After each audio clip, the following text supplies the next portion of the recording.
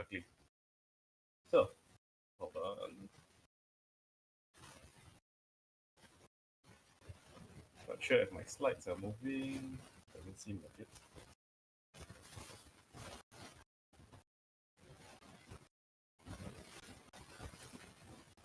One sec.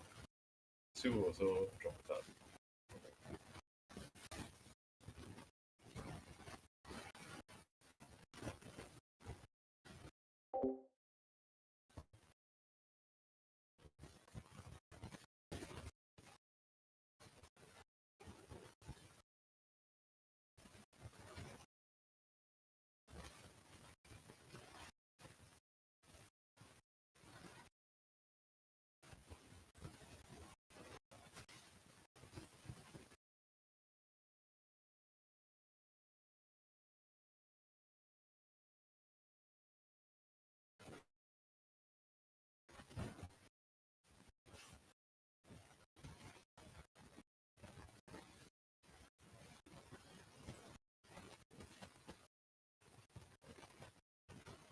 Okay, sorry for that. Sue, everything okay now from my side?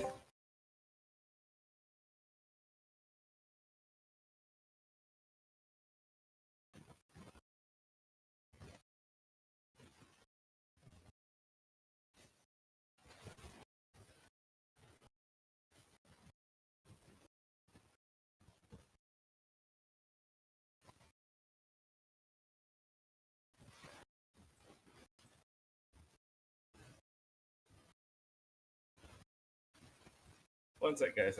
Very sorry for this technical issue.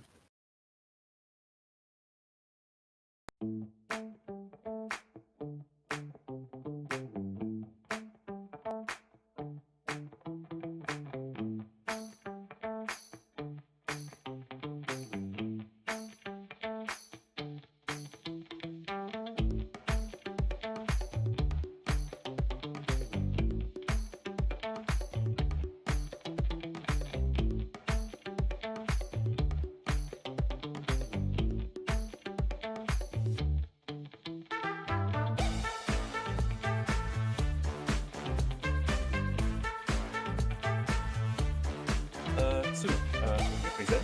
I believe my computer right now has some issues on memory.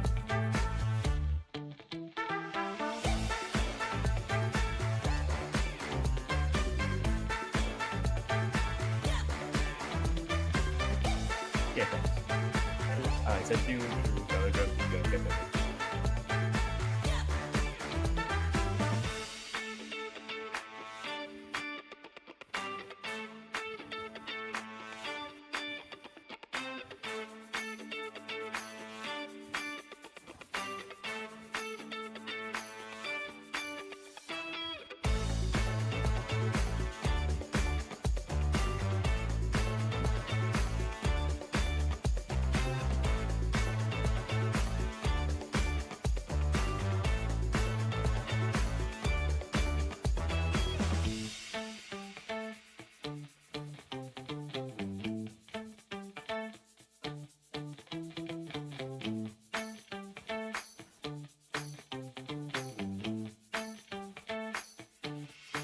So try again. I think now it's now you can.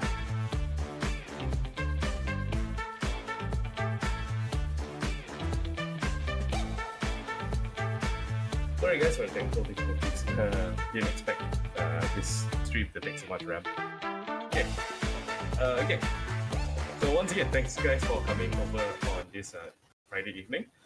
This is a forum conducted by Credivator on mental health. So, and we're focusing on remote work today, the good, the bad, and ugly.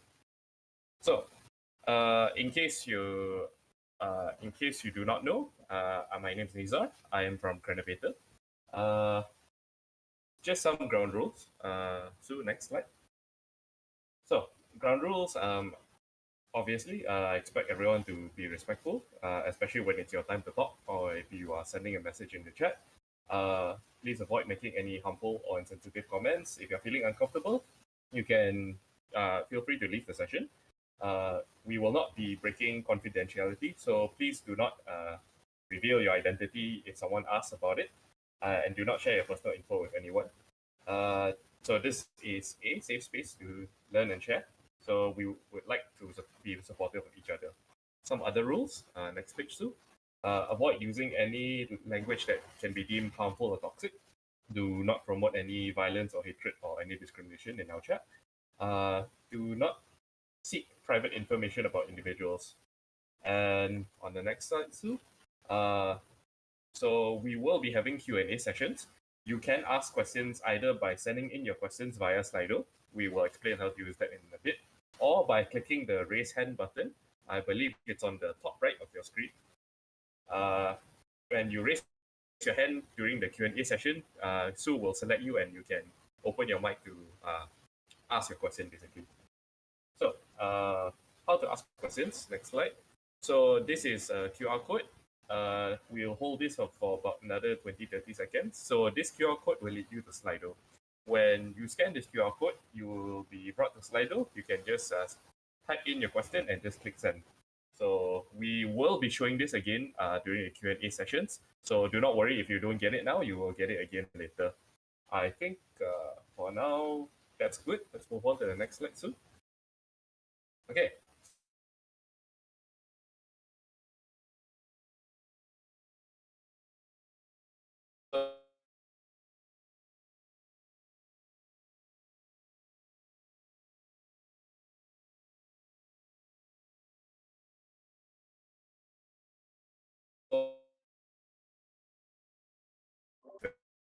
The main focus of today. And a second Q&A session, one session of remote work towards the later part is that we understand that in Malaysia, mental health is not really talked about often. So some people might not fully understand what is actually good mental health, what's bad mental health, and we understand there is a stigma as well.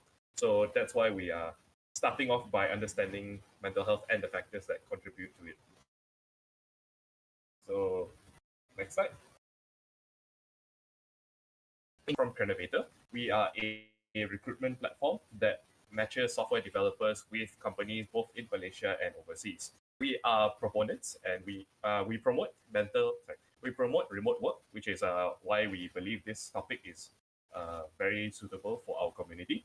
So right now we have a new feature. In case you haven't, in case you know who's Crenovator but have not found this feature yet, it is our AI career profile. So with this AI career profile, we're hoping to get you matched with the right companies. So how do you get the AI career profile? First of all, it's free. All you need to do is visit the link in front of you, app.crenovator.io.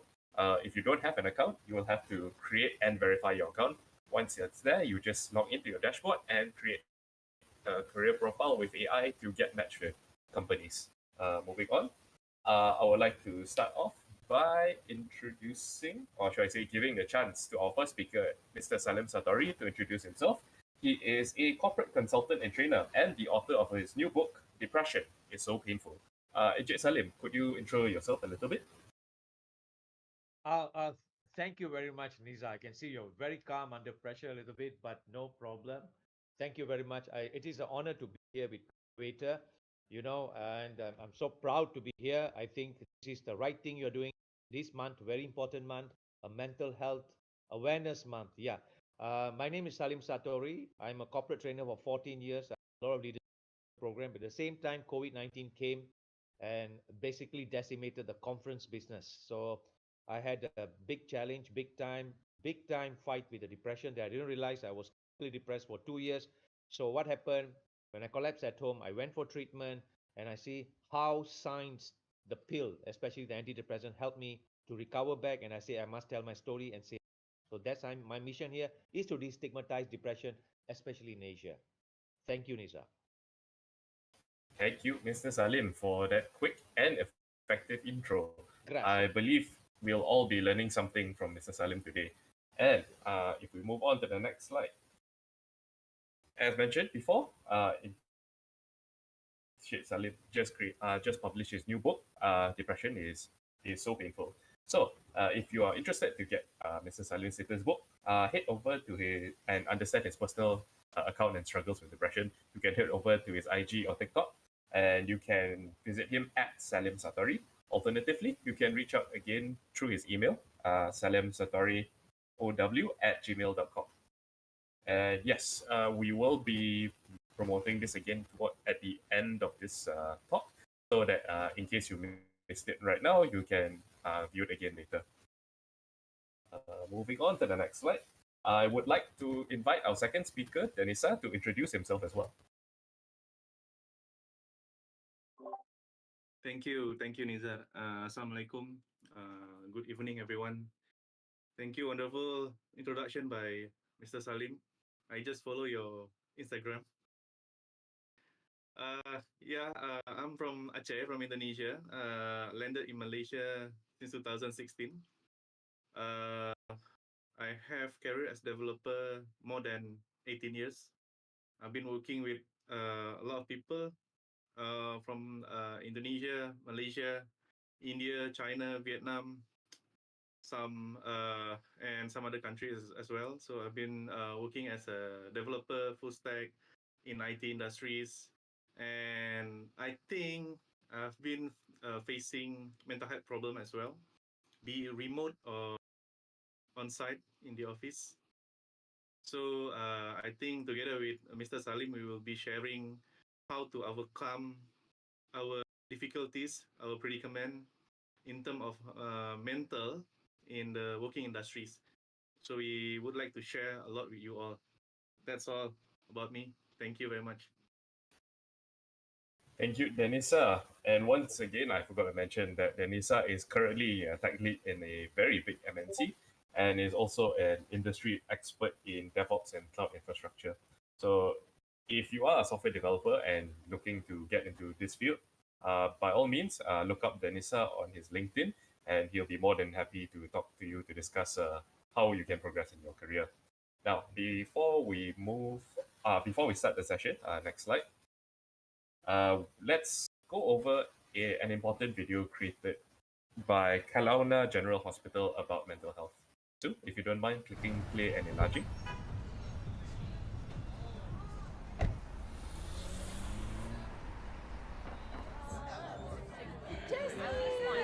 Unfortunately, we might have some technical issues. There's no sound. Good to see you. It's so great to be with everyone again. Can you pause and open it on YouTube? On the bottom right side.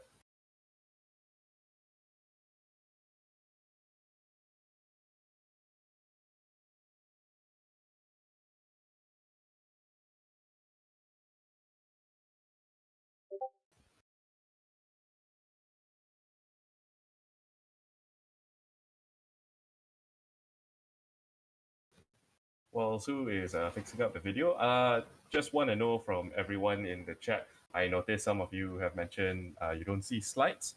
For the rest of you, I guess I want to know who can see slides. Please type 1 in the chat. Who cannot see slides, please type 2 in the chat.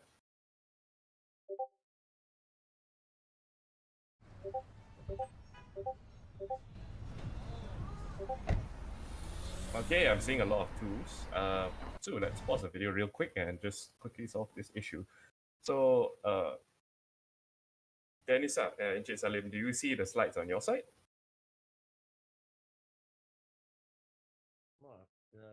No slide on my side yet. Yeah. No slides. But it's okay, no problem. Yeah, no problem. Yeah, no problem. A bit of an issue because we would like to our audience to see it.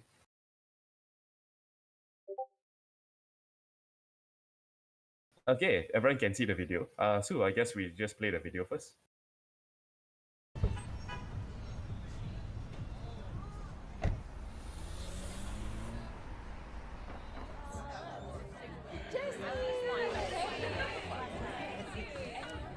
It's good to see you.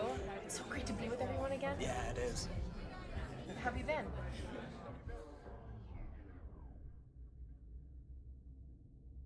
I'm not good.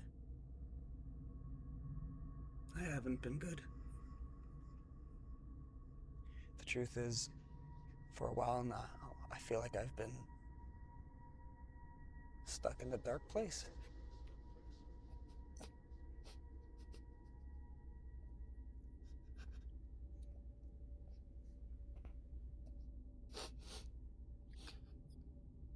can't remember feeling happy.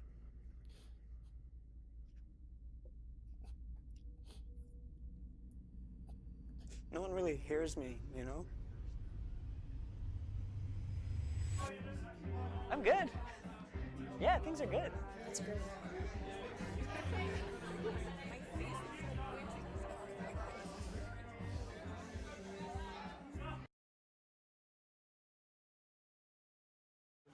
Can you spot the person who isn't safe?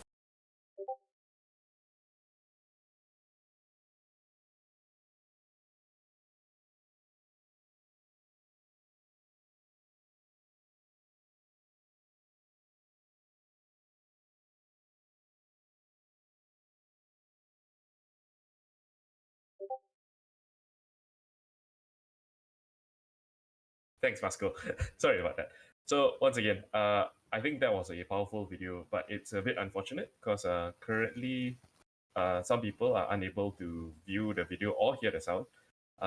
We're not too sure why, because we are seeing some people that are able to and some people who are not able to. So this could be a settings issue. I want to take a quick 1 to 2 minutes. Sue, any issues that we can solve?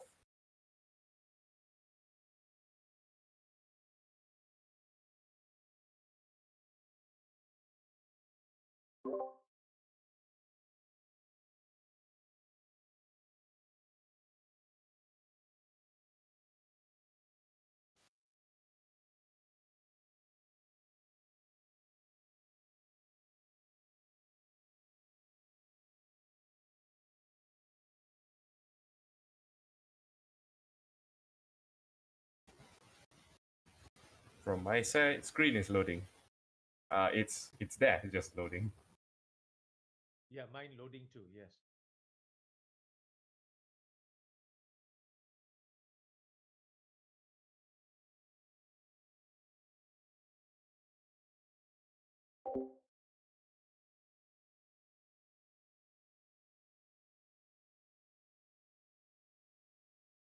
Okay.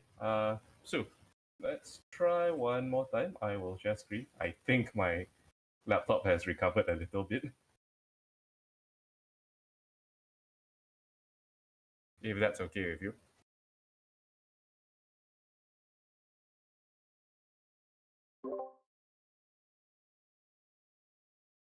Okay.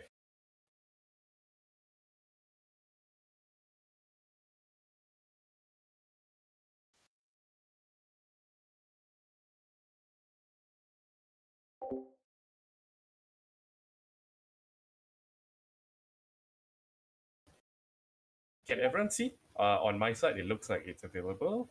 Once again, Sue, if you don't mind sharing the YouTube live link, perhaps then people can view it on YouTube. Yeah, just curious. I'm sharing my screen now. Can everyone see it?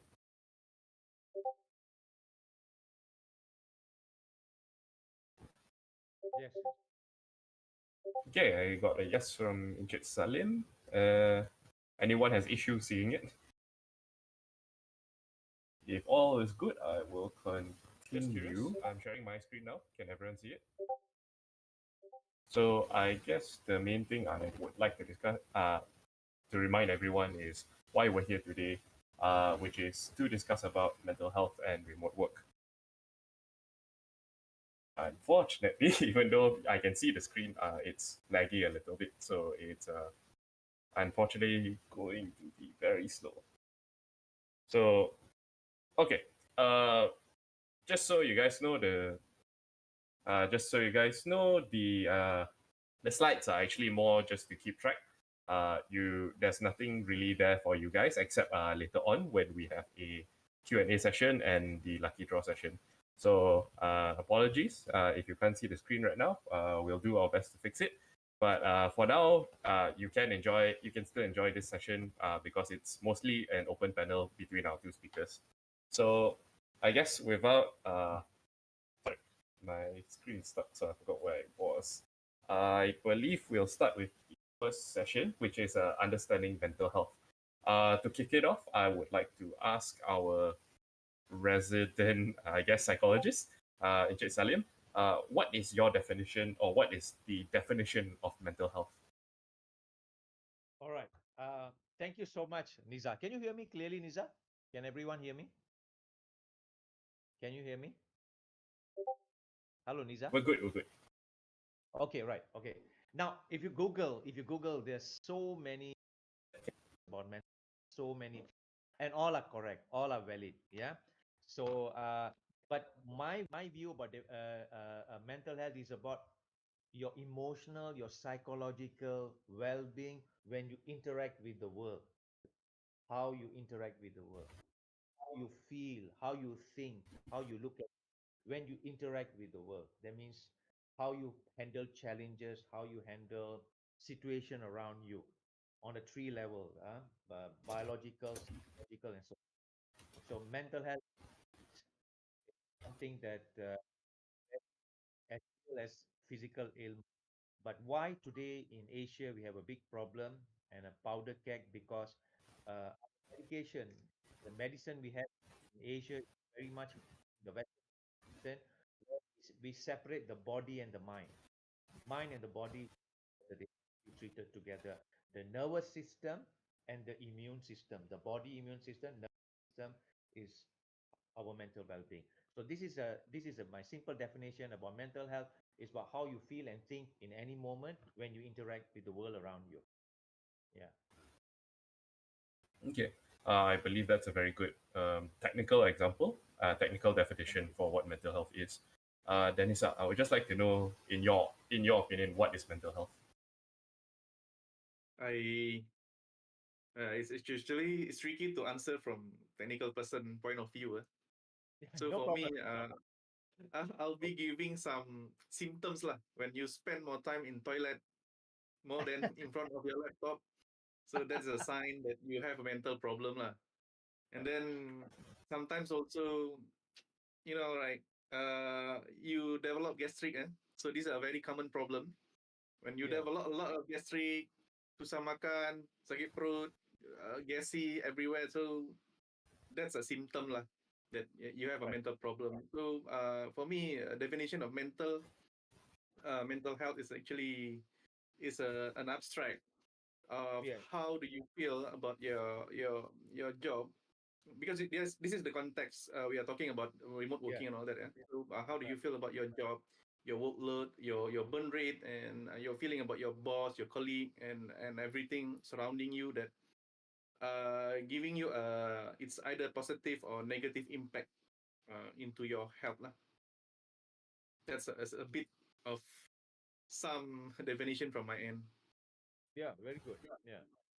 Yeah, agreed. I think one point I wanted to touch on is, like Denisa said, and I think Encik Salim has also mentioned that although it's called mental health, it does have a physical effect on your body. Yeah. I believe it's called the mind-body connection. So if even though you think like, oh, mental health is things like depression, anxiety, and all that, what you don't realize is that it does affect you to a point like if you have depression, you just feel tired, you feel fatigued, and all that. So yes, that's why it's important to take care of your mental health because it does affect your body as well. And just moving on to, I guess, our second point. So I think we'll start with Denisa. From your point of view, what are some common mental health disorders that you see in the corporate world? Um, the question is for me, right? Yeah, we'll start with you, then we'll move on Oh, to Encik okay, Salim. okay. So, uh, we we come with many ways lah. Recently, I'm just sharing my the content that I'm exposed to. Recently, I'm start getting a lot of adult ADHD symptom from TikTok. So this is a mental health situation. This is very common, and nobody aware of this. And the depression and all that. So that one I think is the outcome, the result. But I think this is the people that oftenly overlook the condition itself. So let's say for adult ADHD, I think this is very common in the corporate world, where people having a lot of distraction. Uh, Mostly like a CEO or boss or leader, they they cannot focus. It's not that they cannot focus. They receive a lot of input into their senses, and then they have to process that input. So the symptom of adult ADHD also, they can do hyper focus, but in their own term, means that they can do it with their own terms, time and place. So it's not a bad or good thing, but it is good to understand that you have that kind of situation within yourself. In terms of what happened in the corporate, is actually many things. It's not only about works. So it can be sometimes it's a politic, it's a drama, it's a relationship among staff, people, and yeah, sometimes people bad mouthing you from behind, and sometimes people praising you, or sometimes people backstabbing you from behind. That can be the cause of mental health problem, such as burnout, depression, and all that. And yeah, speaking of which, I've been facing some of this situation in life, and the good thing is actually, how do you react to that situation? Because your reaction is your choice. Whether you want to be you want to have a positive outcome of your action, or you want to let it go, you want to move on, or you want to handle it with the person. Yeah, it is all up to you. I think Mr. Salim can give a better overview on that. Yeah, I think you Yeah. have. Okay. Maybe Niza, you want me to answer? You want me Oh, to yeah, answer? I wanted to say, go on, Mr. Salim. Okay. All right. I think what Dennis has said very well. I think initially when I started off, I was talking about the biological, the sociological, and psychological, and he mentioned about backstabbing, office politics, all that will affect sociological and psychological will come first. And if you cannot handle the stress, it hits the body. That's why depression. People say depression is like that. When under extreme pressure, no solution came. No solution came. The person freezes, and he collapses. He collapses. He don't know what to do. Some sign of depression, burnout. He stopped taking care of his the way he stopped eating, or maybe binge eating. So sometimes you don't even know you're depressed. That's why it is so dangerous. It is like that. Let me give you one example. Example. This is example. You are living in an environment. Remember, I said the mental health is about health is how you interact with your environment. So this environment always sending you messages positive, just like Denison mentioned, just positive message. But what happened on particular day? You try to fight, you try to be positive, but at particular time, it's so negative, and you seek help, you try to seek help. But at the end of the day, no help came. No help. It became more and more toxic. So you can fight, but we have limitation.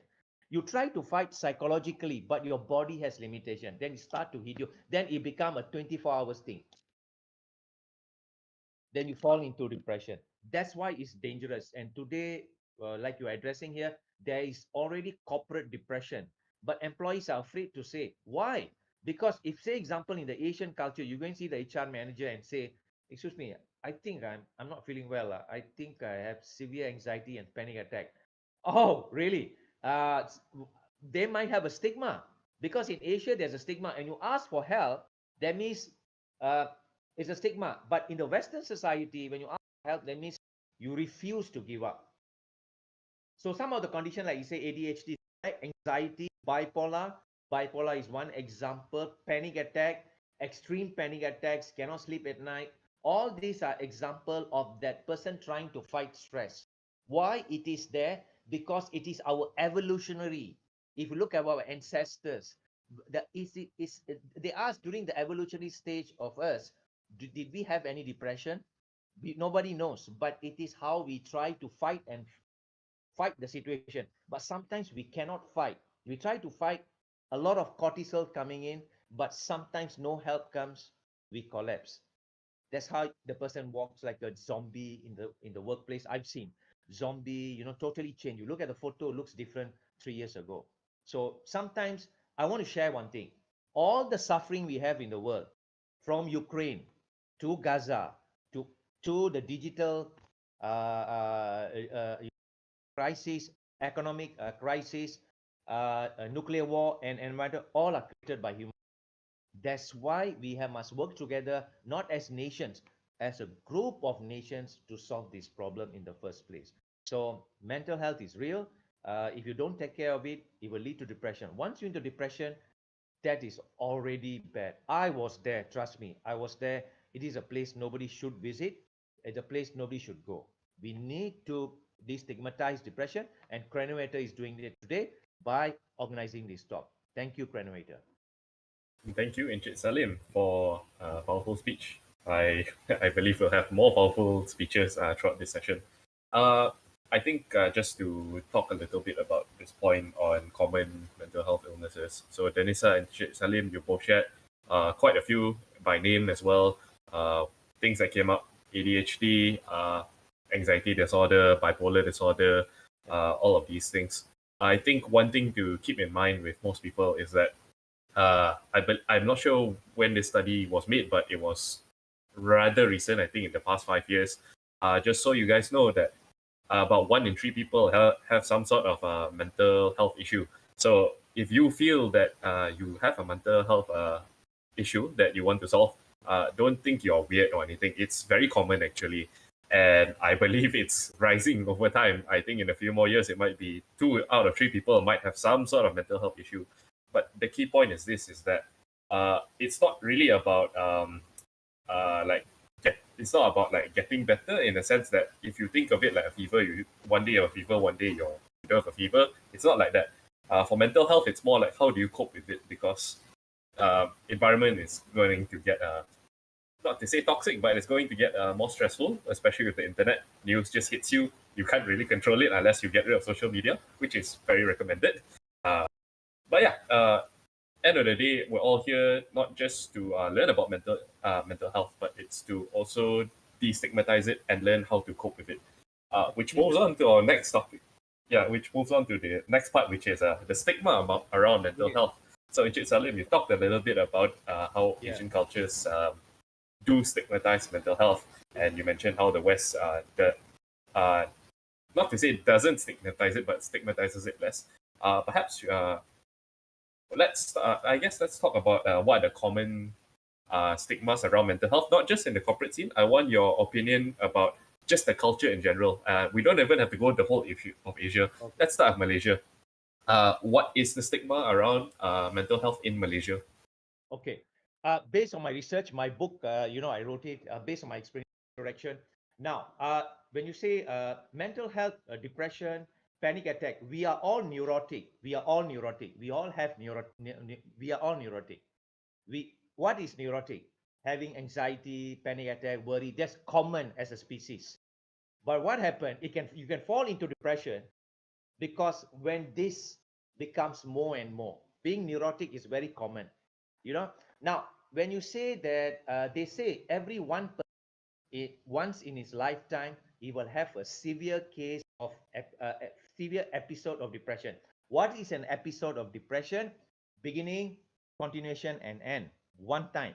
And they say 2 out of 4 people will get depression. So inside now in this, Salim, Mr. Dennis, Nisa, and Sue, 2 of us either might get depression in the future. That's the research has done. Now, let me talk about depression today. It is actually a pandemic now, global pandemic, because of so many things. COVID-19 has accelerated depression around the world. But the problem is this: you don't see it. It is like cancer. You don't see it until terminal 4. It is the 4th stage. So one of the stigma I saw, let me pengalaman, let me cerita. Boleh Niza? When I told people I got depression, I said, I want to go for medication. I said, people cannot understand. Now, I met 4 types of people in Malaysia because Niza asked context. I like that, Malaysian context. Orang yang pertama, the first type of person I met are the very highly educated people. I'm talking about Asians, highly educated Malaysians who have PhDs, well educated. You know what they told me? You shouldn't take the pills because you will become addictive. The antidepressants cannot make you addictive because the side effects will come first before you get well.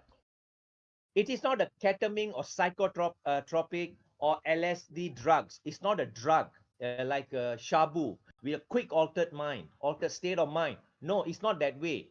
But this is a medical condition where the side effect will come first. So they told me don't take medication. See how dangerous it is. Depression, you must take medication, or not, you will have the highest chance to probably commit suicide. The second type people are the uneducated people in Malaysia. Ni orang-orang yang percaya toyol. Dia baca banyak mastika. Dia percaya ada orang kata ada toyol dah masuk dalam kepala saya. Dia masuk toyol. Asyik masuk ke mana? Lubang telinga saya ke atau lubang hidung saya yang besar ni? Dia kata toyol masuk kepala. Some even told me demon masuk. Demon. You know demon. Oh. Dia tell me demon. Ada yang even cakap, bisikan syaitan. Bisikan syaitan. The devil is talking. These are all lies. No scientific basis. That's why a book is science. There's nothing to do with any demon outside agency when you're having depression. It's the way the mind is running. Dan golongan yang tiga adalah golongan yang, sorry to say, very religious people. I don't want to say which are commonly all religion. You know what they told me? God is testing you. God loves you. He's building a castle for you. You know, orang dulu lagi susah. Kau susah sikit saja. Oh, this is the third stigma. And the last person the fourth type person I met are the educated people. The really smart people, they know, especially Western European Americans, you know what they say? Please go for treatment. The antidepressant can help. This is the big problem in Malaysia. Especially when you talk about depression, they think depression is sadness. Sadness, you know when you are sad, Niza. Say example, I wanted A, I didn't get A, I got B. I feel sad. I know I'm sad, I know. But depression is anhedonia. There is no pleasure in life. Even brushing teeth, even a cup of coffee, even ice cream, even Mr. Bean cannot make you laugh. That's a severe case of mental health issue. So that's why we have to look at treatment. We have to find a way scientifically. And the stigma that we have, the taboo we will have a lot of people getting worse and worse. They might get other type of illness. So that's why these are the common stigma I've seen in Malaysia about mental health issue. Very well put, Mr. Salim. I think that kind of covers the entire stigma. So, Dennis, for you, I guess we'll move on to the next question. In your opinion, what's the importance of knowing the issue of mental health early and fixing it? Yeah, thank you. I like how Mr. Salim put it, the stigma, the toyol inside my head. I think we all have it, the devil inside our head. It is very important to understand your whole body and mind. First is actually, this one is not being recognized early. Even I consider myself as a Generation X, where I was born during the 80s. So I would say that we have a better tolerance in terms of this, because we are not treated that way. Yeah? I mean, like if we have these mental things happening on us, we tend to be, you jangan manja, you jangan spoil, you move on. So we have that kind of situation in our family and in our environment, and we don't address that early back then. But now, I think a lot of chemicals in your food or in early when you drink susu or whatever, and it is happening. I mean, like things a lot happening, affecting your body, your DNA. It is changing.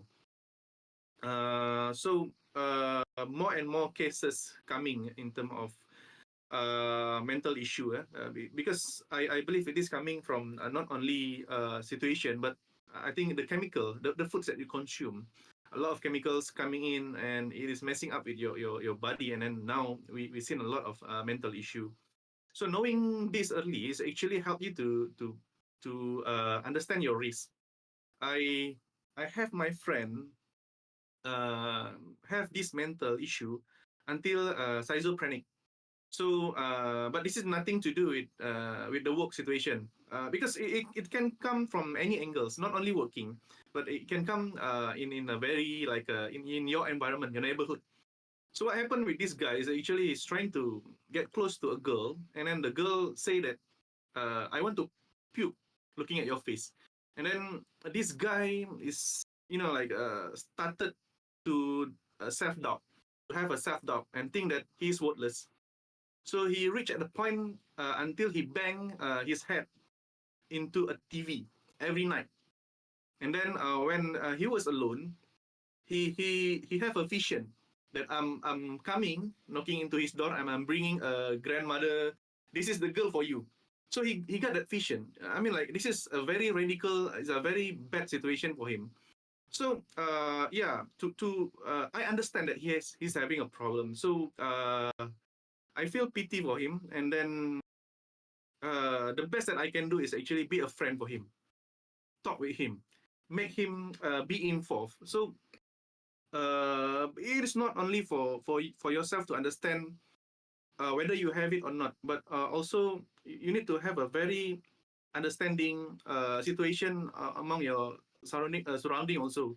So you need to know around you whether your close family, your friends, your brother, your sister, even your parent, it might have that mental situation also. So knowing this early is actually helping not only you, because based on my experience, those people having depression or having this mental issue, sometimes some of the symptoms that I understand is actually they think that the world is centered around them, is centered around this individual. So we need to open up. We need to cross that boundaries, the borders. That, hey, you are not the center of the universe. You see the people around you. So this is coming in the worst situation lah. So they come into that kind of symptom lah. So when we talk a lot to them, open up, hey, this is how we treat our friends. This is how we get them more involved. So they have less and less, schizophrenic lah. So now my friend is getting better. He get married. He got cute kids. So he's getting better. But I don't credit that to myself, but I do my best to somehow help him to overcome the situation. So yeah, it is, I think, answering the question, it is very important to know not only yourself, to understand also your surrounding, the situation of people mentality or mental state, where they are now, whether they are healthy or not. It takes a lot of awareness lah. So I think that's from me. I would like to hear more from Mr. Salim.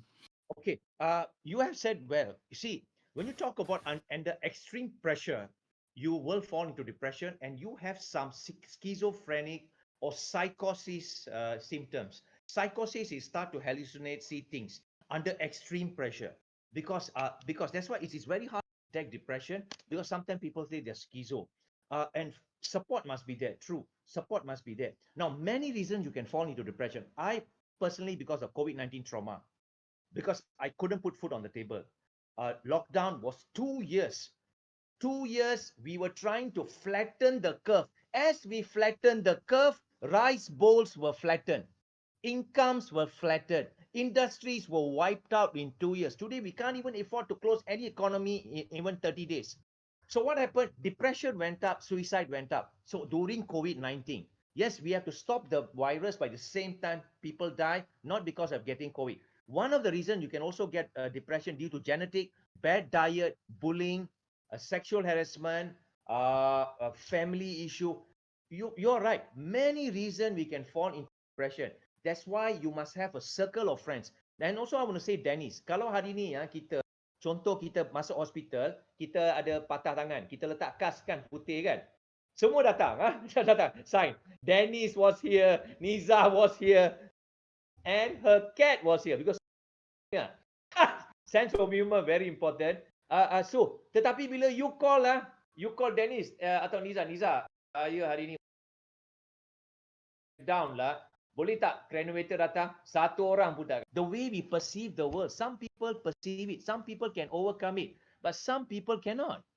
And you are right, and I appreciate, Dennis, for you to really be there for your friends, and you are a role model. Thank you. Yeah, thank you for both sharing on the, I guess, the importance of knowing the issue early and fixing it, especially for Denisa's case, or in this case, his friend's case. we will be moving into the second section, which is the factors affecting mental health. That's it. We've kind of touched a little bit here and there about the factors already. In fact, the first question was about the biological, psychological, and social factors, but I think we've covered that quite well.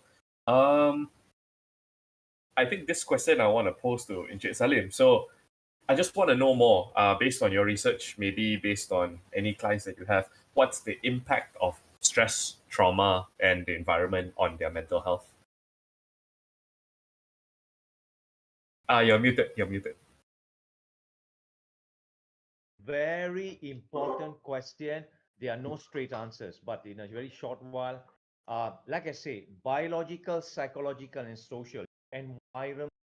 The environment impacts you. Actually, we sebagai species ni, bila manusia kata pada you, kena stress lah baru berjaya. No. Kita sebagai species, kalau you buat kajian semua, kita manusia ni memang tak boleh. We are a species very fragile. We are not born to take stress. Because you must understand, our mind can think of anything, but our body is limited, you know. So these are the impacts. So biological, psychological, and sociological, the people around us that can create so much stresses in our life. So what is important for us in the that to understand what is within our control, what is not beyond our control. We must know that. We must know that what we can do. What we can do. What we. There are many things in this world beyond our.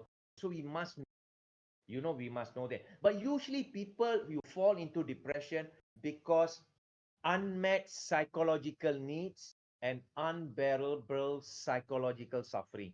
Because human beings, we have attachment. We need things. We need to survive in this world. So when you don't get it, even at the basic level, automatically, especially in this world, finances is everything. So definitely the person can fall into severe depression. Clinical. I was clinical depressed for 2 years and I didn't realize it. When I visited a doctor was so shocked. The first level, my body, it start hitting my body. So I was sitting in a chair. I told my wife I cannot move. I think today is the day I'm getting a heart attack. So my wife brought me to a clinic. I just looked like that. Doctor asked me what happened. And I said, I just don't know. I feel so down past 1 year. I don't know. I can't sleep. I have panic attack 4 a.m. She said, you are clinically depressed.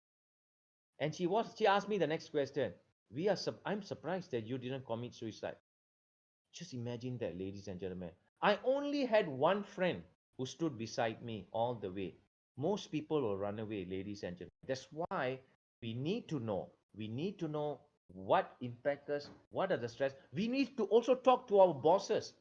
If we have a toxic culture in the workplace, we need to talk. We have to tell them because it impacts our health and mental well-being very important. So this is my message, especially this fantastic discussion. Really, I'm excited. All right. I think we can agree there, Encik Salim, that it's so far been a very good discussion, and especially on the movement on destigmatizing mental health. Okay, because of the technical issues and because we're kind of moving around in topics because it kind of touches here and there, I will be moving on to the Q&A. So guys, if you want to ask questions to Encik Salim or Danisa or even me, just scan the QR code in the chat. I believe, Sue, could you also share the Slido link in the chat for YouTube and Discord? Yeah, guys. So if you have any questions at all, please free to submit your questions live. We will be answering them for the next 15 to 20 minutes. And after that, we'll move on to just the next section.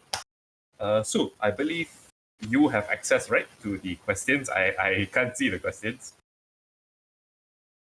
I just want to add a little bit of note. Don't be shy to ask because your life depends on it.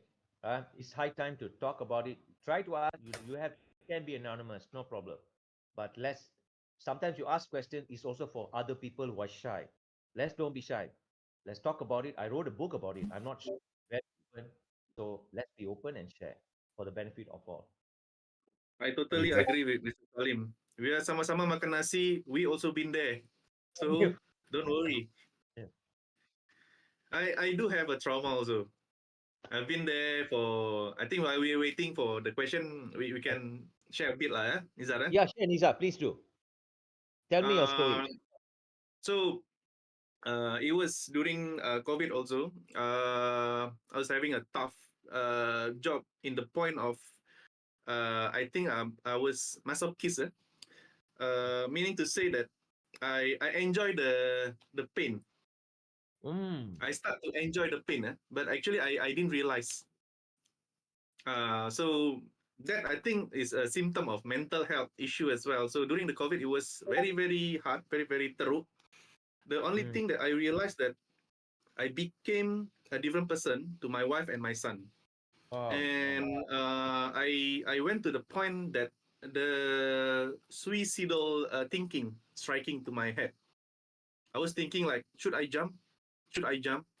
So I've been there. So believe me, I've been there.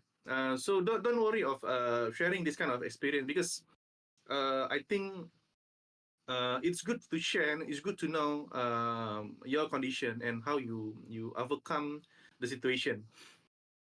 So yeah, I think everyone is there. I mean, everyone have been there, or maybe you've been some of the stage in your life that you are truly depressed. So maybe sharing this kind of experience and how you bounce back, it's the most important thing. How you overcome. So I I think, really got the question now. Yeah. So just a quick one. Sue, I'm not sure if anyone else is experiencing it, but your slide is still loading. But we do have questions in the chat, so let's start with that. We have a Niza, sorry.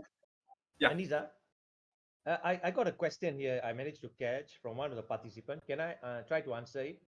Sure. I was actually about to bring it up. It's from the chat, right? From sure. Habiba or Hanim? Yeah. Yeah, What's her name? Hanim.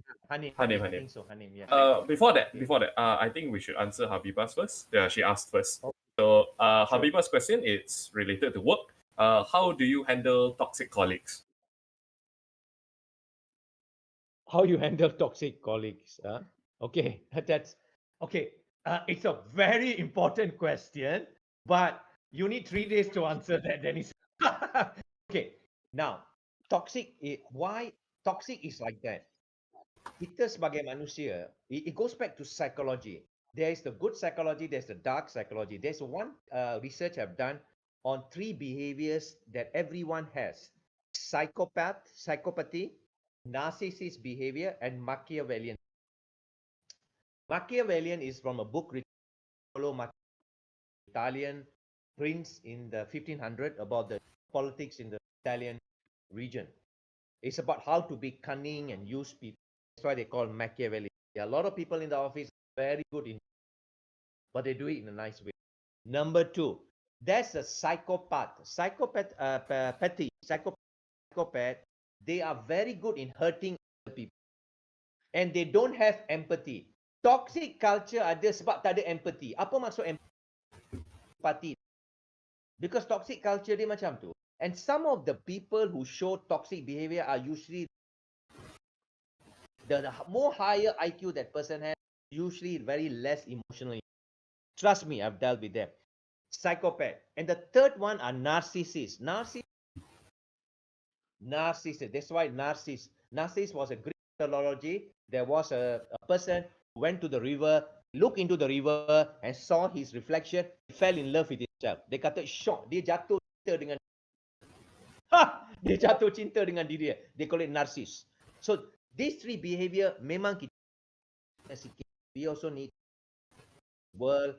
There are times we have to think about ourselves. Narcissists, but there are some people, they are very extreme. It's all about taking advantage, all about pushing other people. It's all about extreme to the extreme. These are the people create stress for the organization. So very hard to detect. They are very good actors. They are but they themselves are having mental illness. They are having some mental illness due to some historical background to the psychological from the early childhood.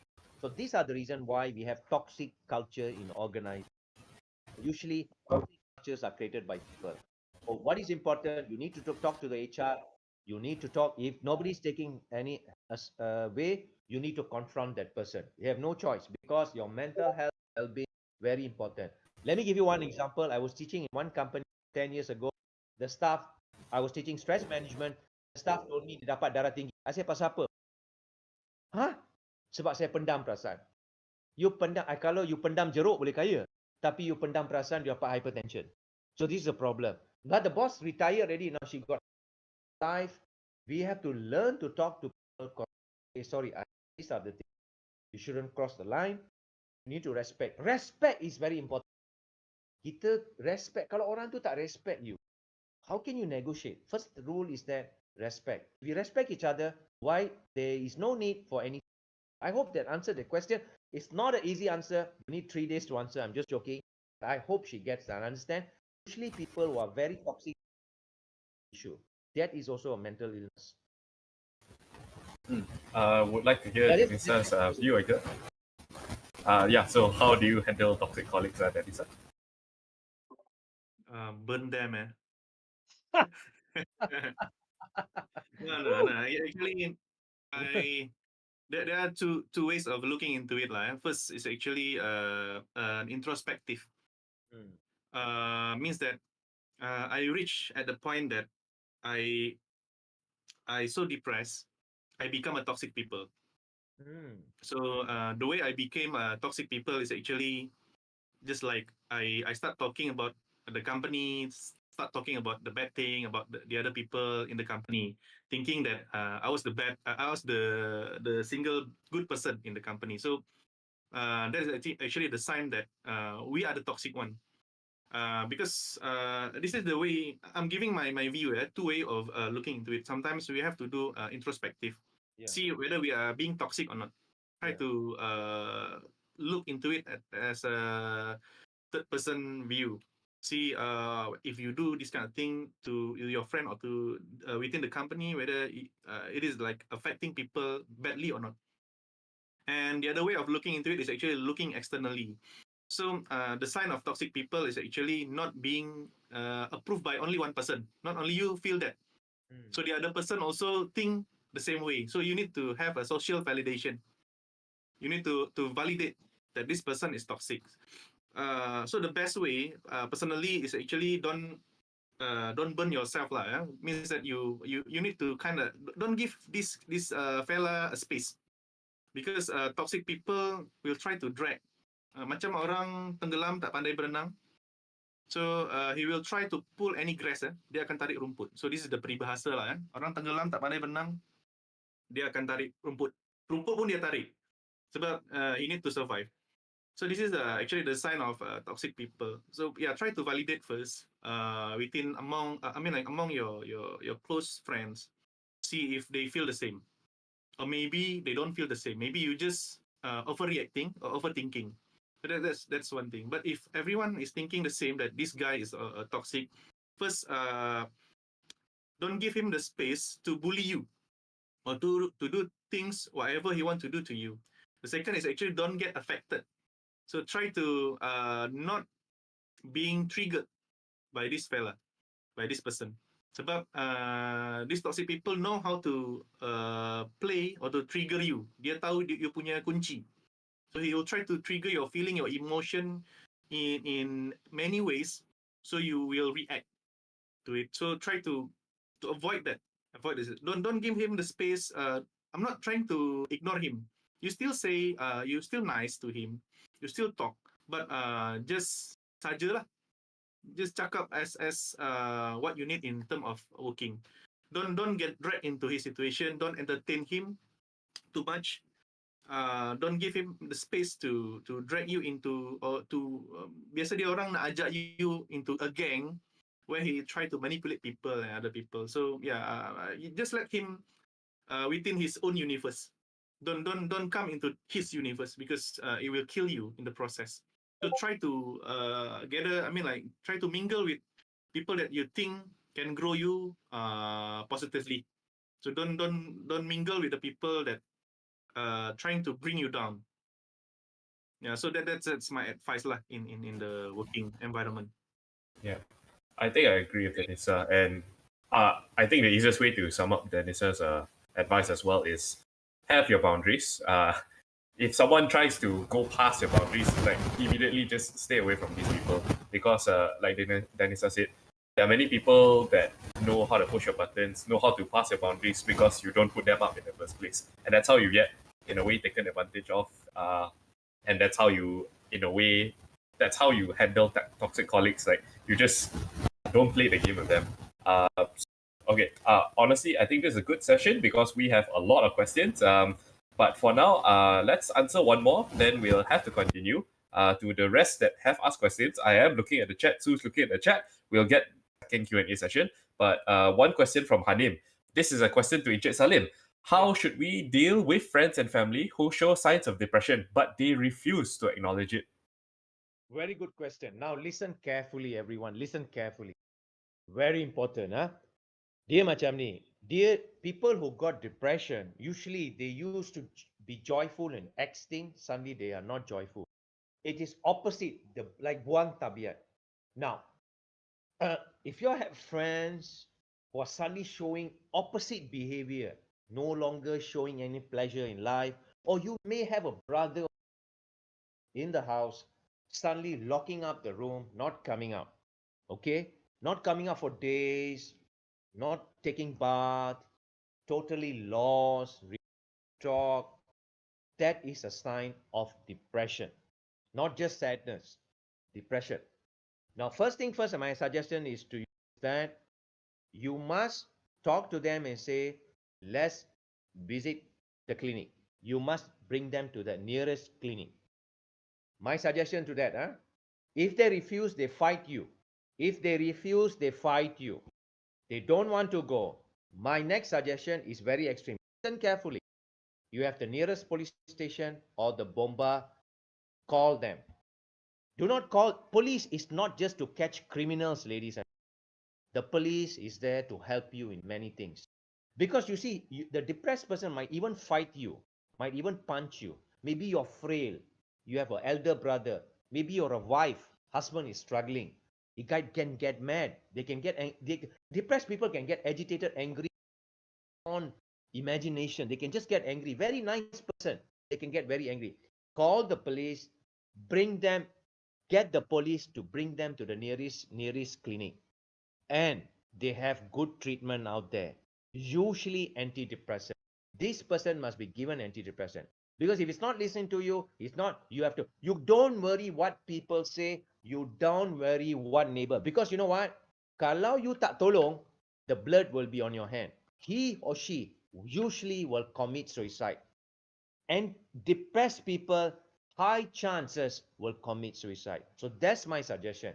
Monitor the behavior. Tanda-tanda depression, tak campur orang, feeling down, getting angry all the time, don't like to mix with people, very negative, feel hopeless, no future, refuse to take care of themselves. These are the signs. I had that, ladies and gentlemen. So it's a very good question, Hanim, and also the previous question. You need to look at plan B, get the doctor in. If you know any family doctor, they can help, or you have to call the police. Call the police because this is about life. Do that brave decision. This is not what I say. This is what Dr. Jordan Peterson, Canadian psychologist, say. This is what we need to do. Very good question. Thank you so much. I hope you had answered. I hope I have given some views on this. Thank you. Thank you for sharing, Encik Salim. Just a quick reminder once again, we are not ignoring questions. We are just a bit pressed for time. We will get to these questions right now that we see in the chat at the next session. But before moving into the next session, one thing I would like to share, one way to, not really to prevent, but one way to help cope with mental health would be something I learned. It's called SEEDS, SEEDS. So if you have these things, it's harder to get mental health issues, and it's easier to cope with them. So what is SEEDS? SEEDS is sufficient sleep, enough exercise, the education about mental health, which we are talking about today, the right diet, and last but not least, self-care.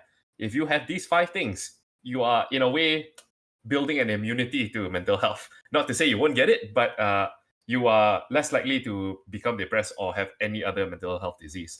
Which moves us on to our next session, which is promoting mental well-being. So, first topic I want to discuss with the panel today. What is the importance of self-care? Denisa, let's start with you.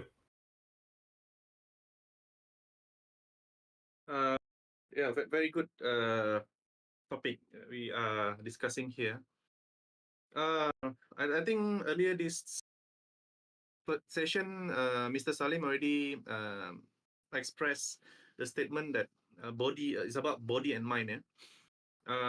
So I think it is closely related that your body condition is affecting your mind. So I'm talking in the perspective of taking care of your body first before it hurts your mind. And then sometimes what happens in your mind is actually affecting your body. And then I read across some articles that is actually you are what you eat. So whatever you eat is actually affecting your body and mostly affecting your mind. So it's actually about your gut health, your gut, your tummy. Something that you eat is actually affecting your mind, the way you think, the way you respond to situations. So it's very important to take care of what you are eating for the day, and yeah, what you are doing. Are you having a physical exercise? So in terms of that, in my personal life, normally I try to regulate my body. I try to condition, to put a condition into my body. Let's say I have a big event today. I need to be like active for 12 hours. So I try to do something to regulate my body, and I try to not to say meditate lah, but I really do something to condition my body. Small exercise, maybe it's not visible, maybe just a push up, just something to kick in the morning, and then eat enough protein, like even just like a hard boiled egg, and then have enough coffee, not coffee, not too much, because a lot of caffeine is also not good. But having your morning started with a very positive few micro action is actually help set the mood for the long day. So that how I do my self care. But it is not all the day. Sometimes I would like to have a cheat day, so I would like to have leisure, sleep, or just relax. So during my cheat day, I don't do that. But during my hectic day, I do really have a self care, do taking care of my morning start. So that's how I put it into words lah. Thank you for sharing, Denisa. Just a quick check. Encik Salim, are you still with you? Because your camera is frozen. Okay, I can hear you, Encik Salim, but again, your camera is frozen. What you can do is switch your camera on and off. That might that might fix it. You are stuck in a thinking position right now. Very wise. Yes, we can hear. We can hear.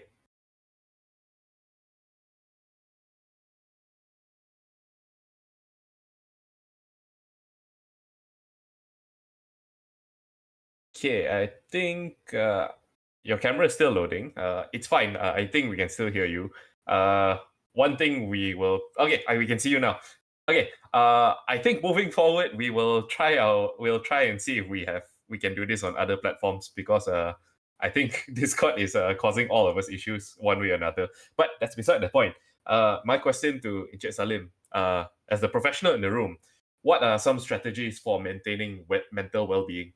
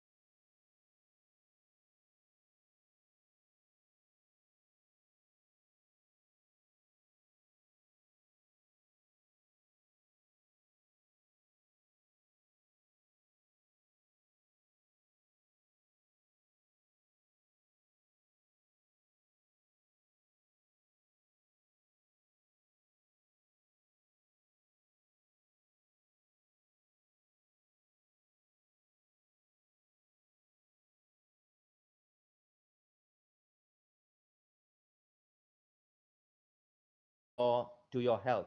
So many Wait, strategies. Cik Salim, one moment. We apparently some people cannot hear you on Discord or YouTube. Let's see. Could you by any chance restart your microphone if you know how? Okay. All right. Sorry about that. No, I'm just no. looking at the chat.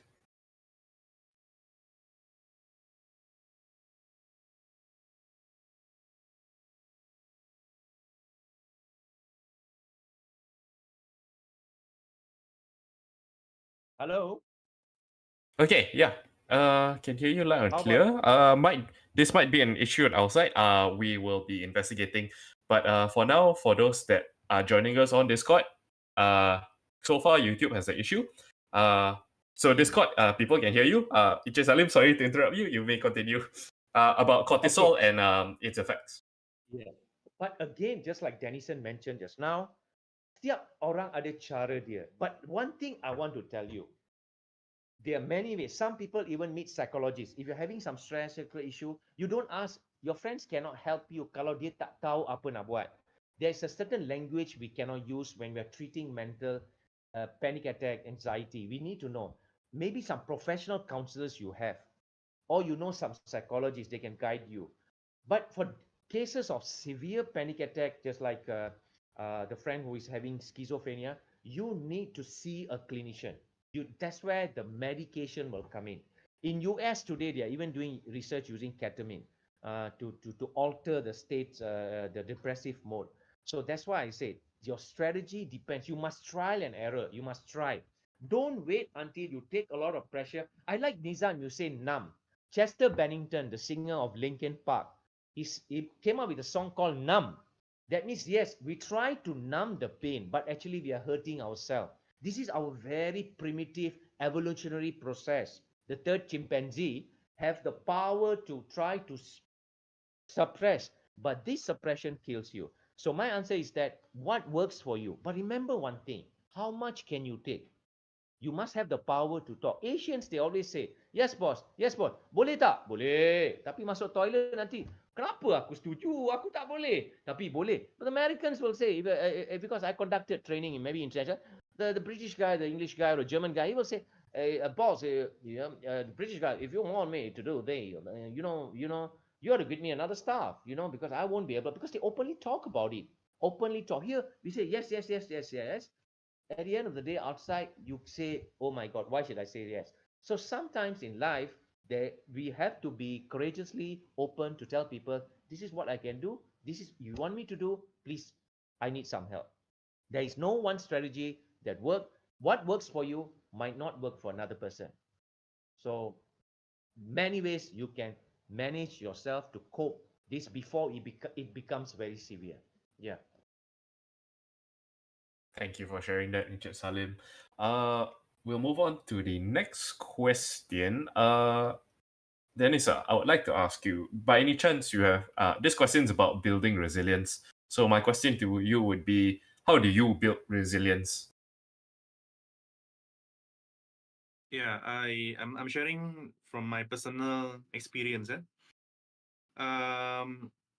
First of all, I think you need to understand what is your objective in life, where you want to go.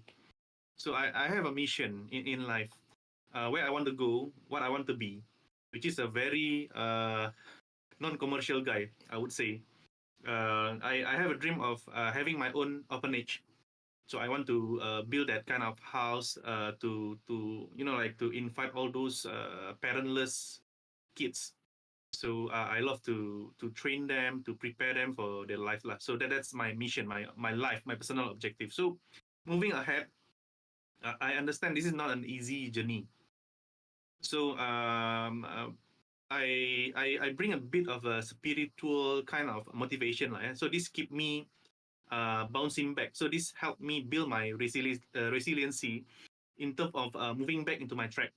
And then every time I face a challenge or depression, so I keep coming back into this, what I want to be in life. Am I going into the right direction, doing this or doing that? So this is what I want to be. Is it by doing this or by having this state depressed, am I going to achieve my objective in life? So this is a check and balance that I always do. So I'm not proud that saying that I avoid medication, but I'm lucky enough that I don't have to take medication to overcome my stress. So I go into a spiritual approach. So I always believe that God, Allah, always prepare me for my end goal, for the objective that I want to meet in life. So when I go into a very, very challenging situation that make me into a very stressful or very depressing situation, and then I come back to this. This is actually a challenge to build up my endurance to go for my goal, to go for my end goal. So this is the belief that I built to build my resiliency.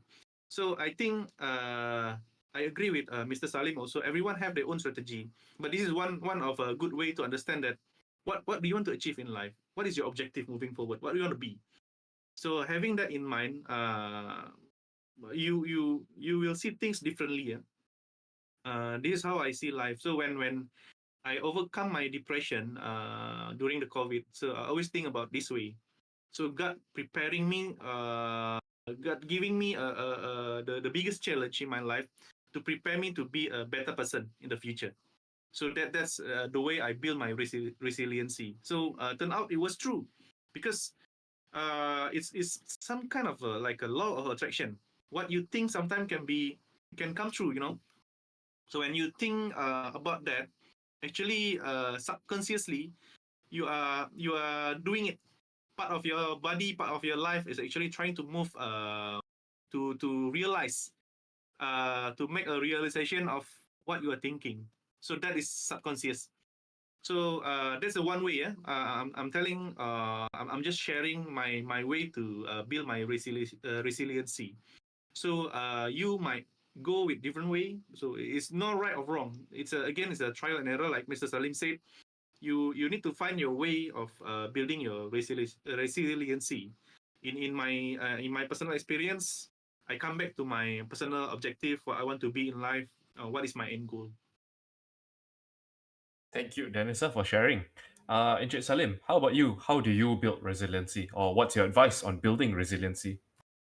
Okay, first we must understand what is resilient. Resilience means we are here now. We are in turbulent waters. We are here, but we collapse. We collapse. So resiliency is that to push ourselves back into that level where we are above water. Now, I started to write the book. None of my family member knew, except a friend inspired me to write the book. I wrote it quietly. For me, I'm the reason I wrote the book was to tell my story, and that drive me because my aim to destigmatize depression around the world and solve it. Uh, One of the main reason why I survived because I used to read a lot of philosophy, European philosophy, René Descartes, Albert Camus, what they call the Nietzsche, what they call Jiddu Krishnamurti, Bertrand Russell, Voltaire, also European philosophy, and Charles Darwin.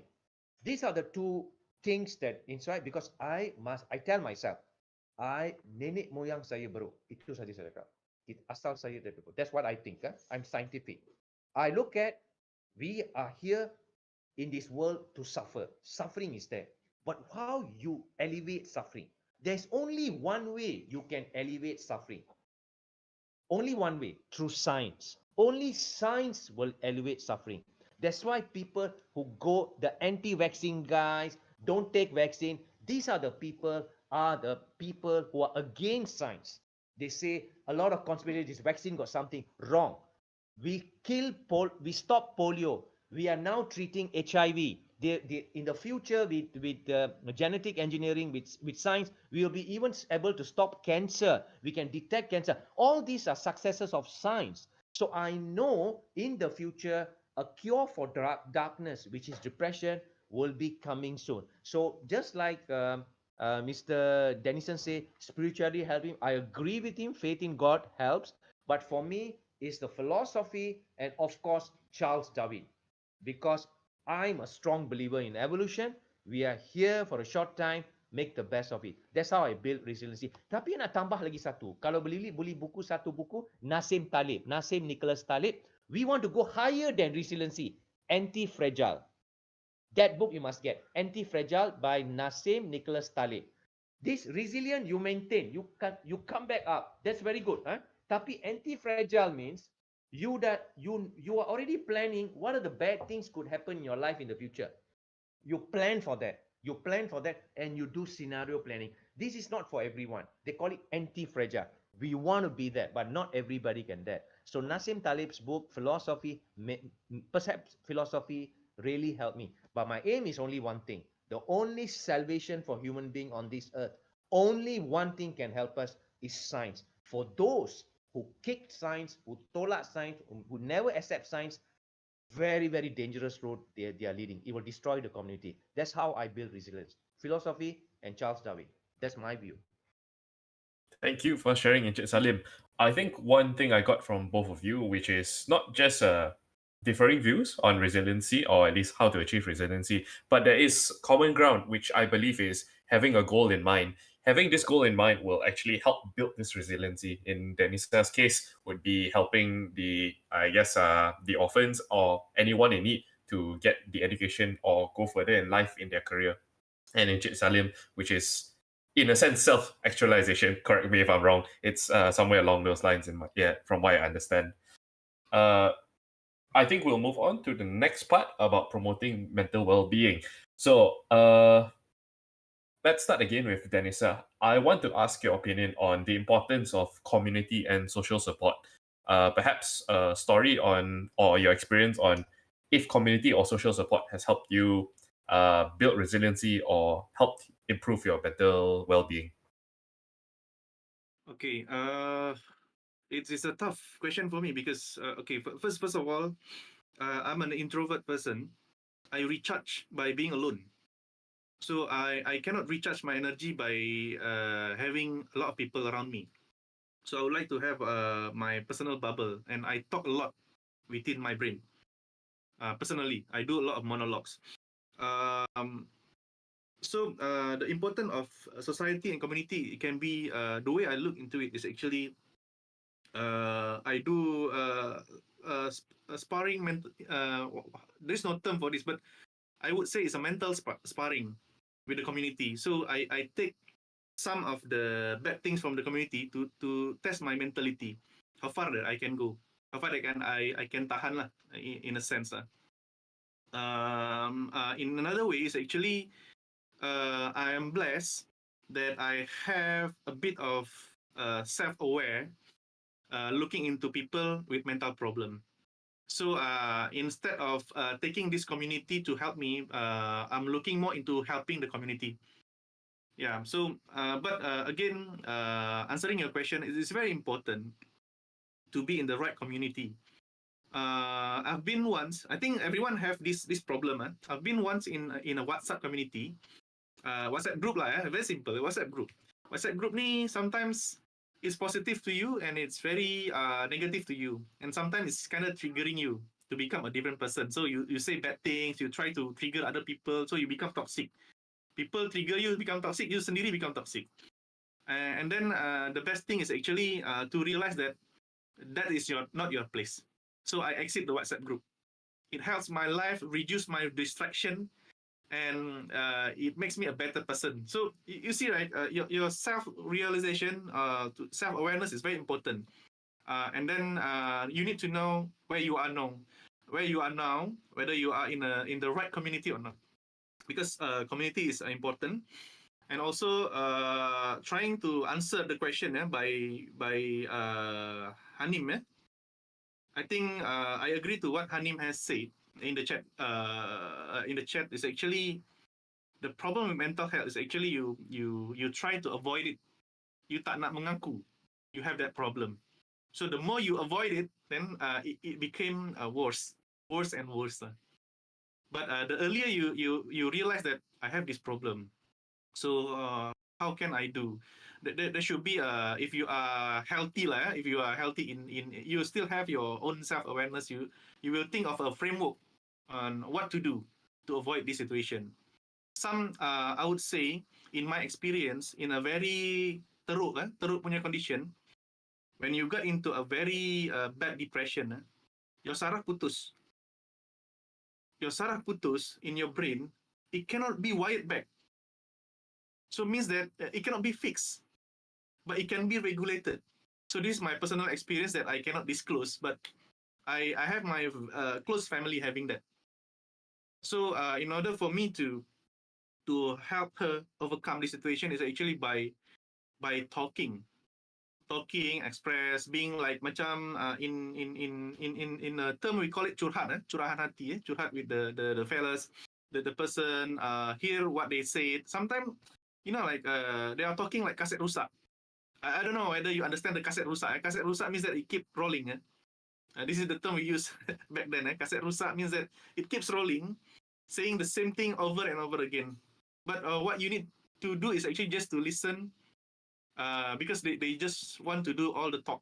So you just listen and give some 2-3 words, they are happy. So this, by the time they are trying to regulate slowly. But the bad thing is actually you cannot fix that because banyak saraf dah putus, dah rusak because of the depression. So that's my personal experience on this situation. So community is very important. Thank you for sharing, Dennis, sir. Salim, just quickly, your thoughts on community and social support. What Denison said, very true, because severe clinical depression, dia brain kita will be affected. A certain part it will shrink. Brain kita, our brain is like a city with a lot of lights at night. But what happened because of depression, certain segment of the brain, certain parts of the brain, there will be nothing is functioning. That's why it's so dangerous. It shrinks the brain because it's already affecting the brain, depression. Now, community play a role. You have to avoid toxic people. People belittle you. You have to exit any bad relationship that really, whatever exit relation that you might have, you have to make a decision whether it's affecting your mental health or not. Is it positive relationship or is it a bad relationship?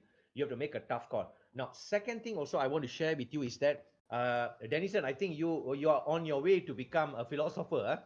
Denison, welcome to the club. If you welcome to the club. Philosopher ni memang dia kerja dia duduk seorang, betul. Yes. So, masyarakat plays a role, but the problem is that many of the masyarakat around kita, they are not aware, especially in a Malaysian context. They don't know. They will tell you, don't be sad, be an adult, pray harder, other people suffer more. All that is very dangerous. My suggestion is that, yes, we rely on the community, but sebelum kita rely, kita kena tahu pasal ni. Kita kena penuhkan dada kita dengan ilmu-ilmu pasal kemurungan. Now, somebody cannot come to you and say, I'm depressed. That's wrong. If somebody come and say that, you must ask the next question, who diagnosed you? I self-diagnose, cannot. Depression must be only diagnosed by a doctor. There are 2 tests, PH9 questionnaires and back depressions checklist. That are the 2. Doctor must have 5 signs to check your depression. Feeling hopeless for more than 2 weeks, feeling down for 2 weeks, no pleasure in life, very negative self-view, suicidal ideation. That's the problem. So you cannot say that. Now the word depressed is being used like cincai. Yeah, my coffee machine is not functioning. I'm so depressed lah. Actually, you're disappointed. Do not be careful when you use the word. It's a very respectable word. I'm so depressed lah because today I missed my bus. Actually, you're disappointed. But the words we are using the word depression like cincai, That's a word with respect and fear. We should fear that word. Depression is something, let me tell you this, it's not like disappointment. It is something that goes on from 1 month, 2 months, 3 months, even up to 2 years. So my suggestion is that community plays role, but if the community cannot help you, you have to help yourself. What Jordan Peterson say? Jordan Peterson, apa-apa saya kata ni bukan saya yang kata, saya buat kajian. If say you're alone, you bujang ataupun you bujang terlajak. So you seorang kat rumah, you tak ada girlfriend, tak ada boyfriend, you only tak ada siapa, then you're feeling, if you're having suicidal ideation, severe depression, suicidal ideation means like that. You have the idea that you want to kill yourself, and now you're planning to kill yourself. My suggestion is like that. take the grab, take the grab, go to the nearest clinic or go to the police station. Please help me. I feel like killing myself. It's not you there. It's not you. Something within you. Please, please take the grab. If you really have suicidal ideation, don't do that. Don't go there. Take the grab, go to the nearest clinic or nearest hospital or go to the police. Tolong saya rasa nak bunuh diri. Tak salah. The police will help you. So before we work with community, yes, community is important. Family must play a role, but you need to know about this subject because today it is the number one pandemic in the world. Only thing we don't see. That's my 2 cent view on the on this. Yeah. Thank you to both of you for sharing your point of view on community and social support. One thing I want to add on from Inchit Salim's side, again, he made a good point about using the right words. Don't just throw things like depression, simply using the word depression or simply using the word anxiety, breakdown, all these kind of words. Because one thing is that you are technically kind of belittling people that actually have it. And another thing is because you do it that way, you might not think it's a big deal.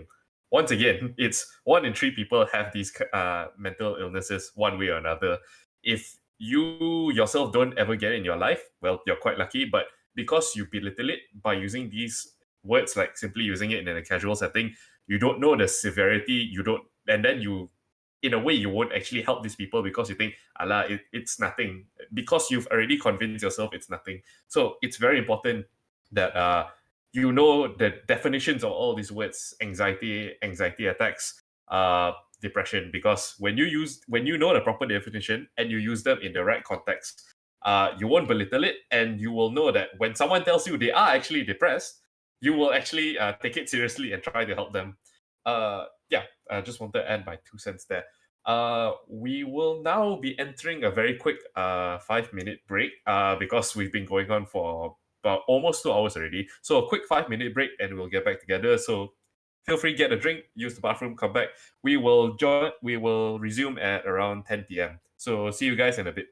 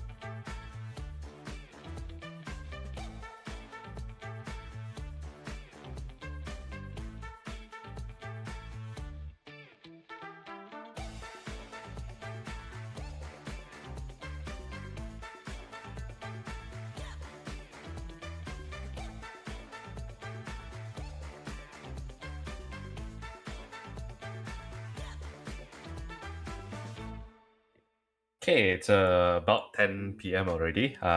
It's roughly 5 minutes. So let's get back on track. I hope everyone had enough time to get a drink or use the bathroom. Yeah, so let's just do a quick recap so far about our about 1 hour 45 minute session so far. So far we've covered on what are the definitions of mental health, what are the factors that affect your mental health, as well as what are the factors that could improve your mental health as well. These are the general topics that we've talked about so far. But let's bring it back home to the main topic of today, which is about remote work. So, session 4, remote work and mental health. First question on my mind. Let's start with Denisa. What are the biggest challenges to mental health from a remote work perspective? All right. I think we are talking in the context of remote working, the condition of remote working. Yes. Again, I'm giving my personal experience. I once have a superior or a boss that always want to see people working in front of his eyes. Means that if I don't see you working, means that you are not working.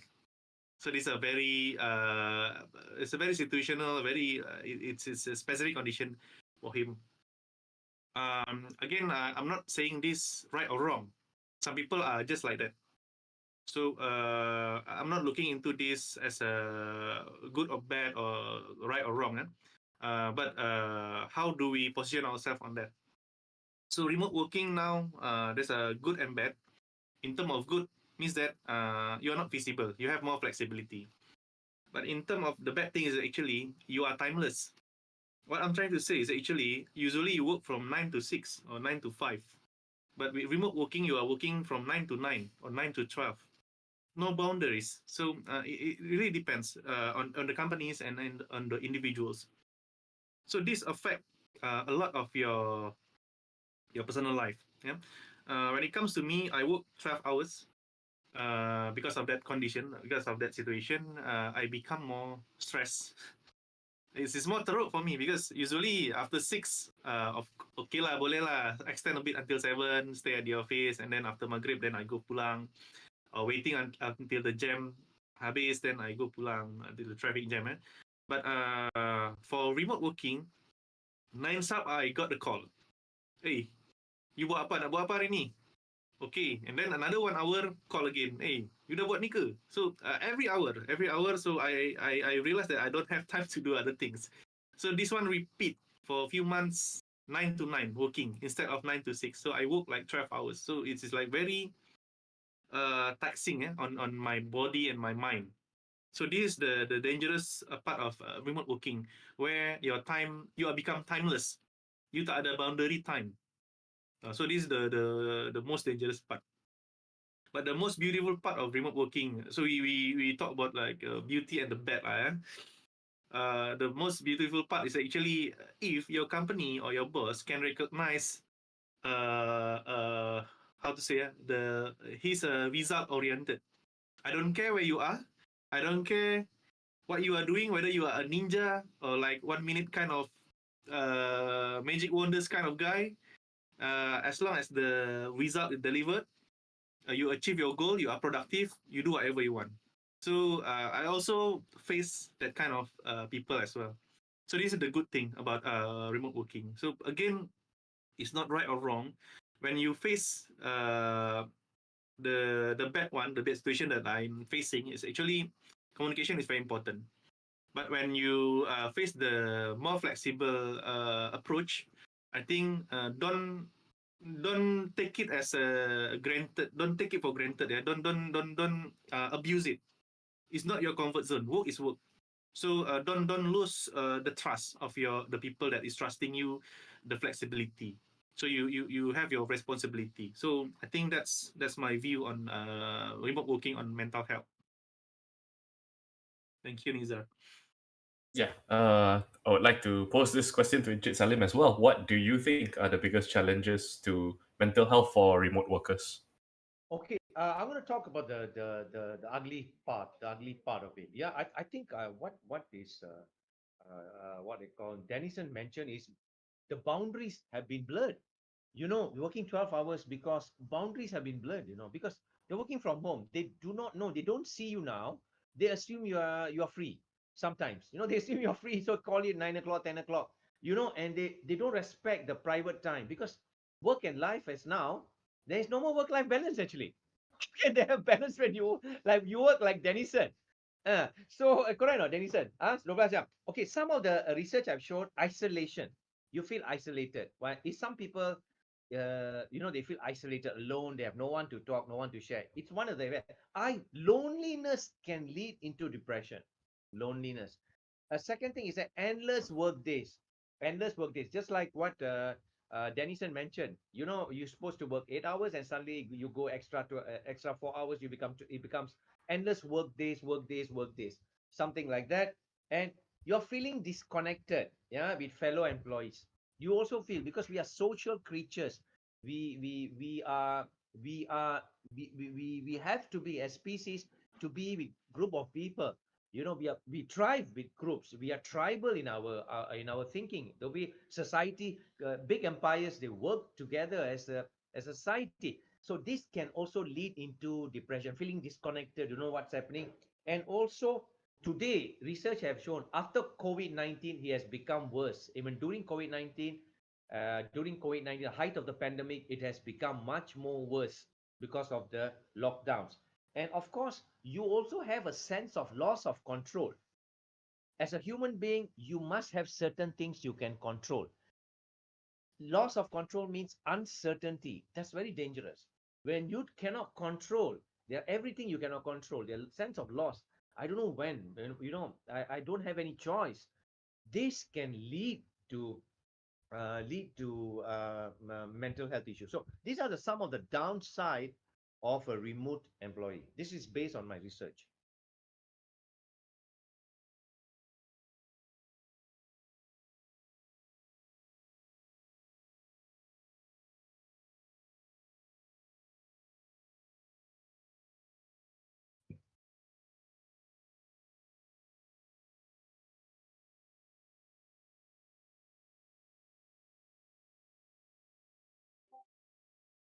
I think Nizar stuck. Yeah, it is. Yeah. Yeah, I think Nizar, are you there? Yeah, yeah. Can you hear me?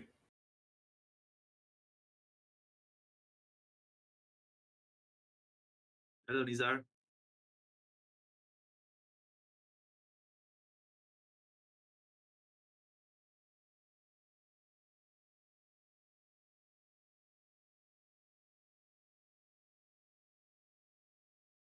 Yeah, can. You Nisa, was Elvis is back in the building. Thank you so much, man. No worries, man. No worries.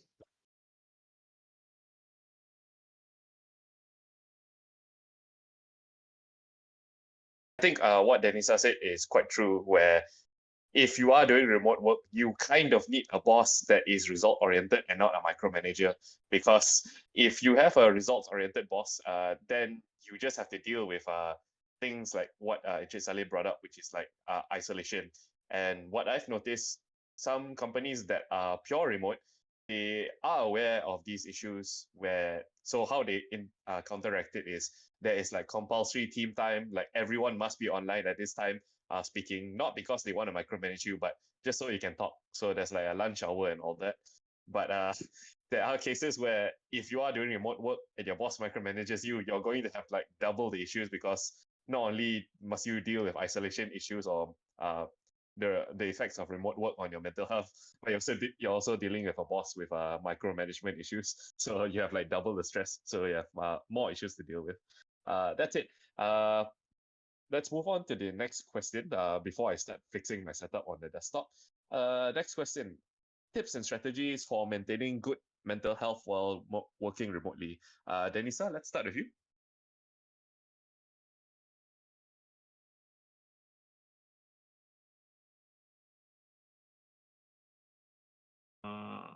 all right. Sorry, I was muted just now. So, tips to maintain your mental health. Uh, First of all, I like the science approach. So I do admire Mr. Salim in this. So again, I'm talking in my personal experience. I invent a framework to, but this is only for myself. I hope this one can help you as well. Just to share a framework to unstress yourself lah. This one is not. I cannot say this one might be a working solution for everyone, but at least worth to try lah. Again, I would like to sum up. First is actually you need to have a very strong self-awareness and understand what is your life goal, what you want to do in life, and what you want to achieve, where you want to be, where you want to go, and pay attention to your surrounding. So this is the first thing. It's actually a self-realization. So it's a introspective, a retrospective as well. So you need to understand what you are doing, what you have been doing, and what you want to do. Second is actually, yeah, I do believe that body and mind cannot be separated. So when your sometimes it happens affecting both way. So when your mind is messing up with you, then you start feeling sick. And the other way around, when your body sakit somewhere, maybe you have gastric and all that, or maybe you have a different sakit perut, or you cirit-birit or something like that, it will affect your mind as well. So it is very important to take care of yourself. Jaga you makan apa, do regular exercise. Small exercise pun tak apa. But at least you do something to regulate your body. And then the last thing is actually, yeah, I totally agree with Mr. Salim that we are social creatures. Even though I'm an introvert, I still need a portion of my life speaking to people. So I do brain sparring. I have my sparring partner, but talking about philosophy, talking about deep, what happened with the universe, that kind of thing, very philosophical. I do have sparring partner for that. So doing that kind of exercise, having hobby, or having a social interaction is very important. So you need to have that kind of framework. So for me, I maintain my mental health by doing those three. First is actually my self-awareness. Second is actually understanding your goal, what you want to be in the future. I think this one is self-awareness. A goal is the first one. The second is actually regulate your body, what you eat. What you eat is define what you are, and also regular exercise. And then the third one is actually doing hobby or things that excite you in terms of social that having the social interaction within means that you don't have to talk into a community. Even you have a very good close friend, it's very important to maintain your mental well-being. Well-being. So just having 2 or 3 friends that think maybe like you, or maybe it doesn't have to think like you. Also, maybe it can be the people that challenge you. But at least speaking to these kind of people helps you for the longer run. So that's how I develop my own framework to maintain my mental well-being. Thank you, Nizar. I pass to Mr. Salim. Yep. Go ahead, Mr. Salim. What are Okay. your views on I tips and think strategies? Dennison has answered the question. You know, he has very good framework, Dennison. You know, I really appreciate that. This is also I espouses that, support that. You know, what you're doing is correct. This is correct.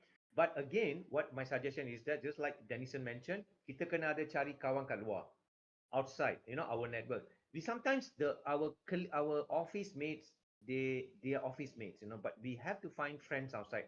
That's why just because you're on social media, your virtual friends most of the time they are not real friends. You have to go out, have a drink, you have to find some real friends. And just like Dennison mentioned, it could be people with divergent way of thinking, divergent way of doing things. No problem. And you have to pick up some hobbies, you know, some hobbies in life, you know, with people, join a group, you know, whatever, poker, you know, poker group or polo group, whatever it is, doesn't matter, bird watching, whatever you do whatever you like. But because the nature of the job of the remote worker is sometimes you realize you start to accept this is the life, but this is not the life.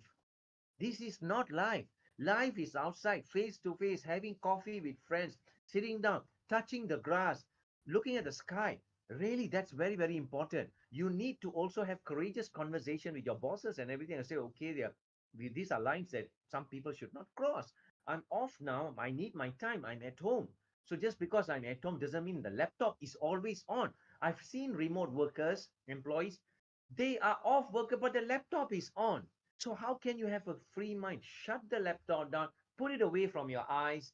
Done for the day. Do something what you like, something pleasurable, even watching a good movie. So I think what Dennison has said, fantastic, you know, and again, everyone have their own way. If you have spiritual relationship, if you think God can do so much for you, go ahead and believe in God. But if you also believe that other things, go ahead, do whatever you like. But at the end of the day, you must know how to detach from work. Very, very important. You must. If you don't do that, then you are already become an artificial intelligence. We do not want you to go there. All right. Hey, thanks, Denison. I love your views on this. Thank you. Thank you, Mr. Salim. I learned a lot from you as well. Sama-sama. Gracias, señores. Okay. Before we head into our final Q&A session, one last question to both of you. Let's start with I Encik think Salim. Nizar start again.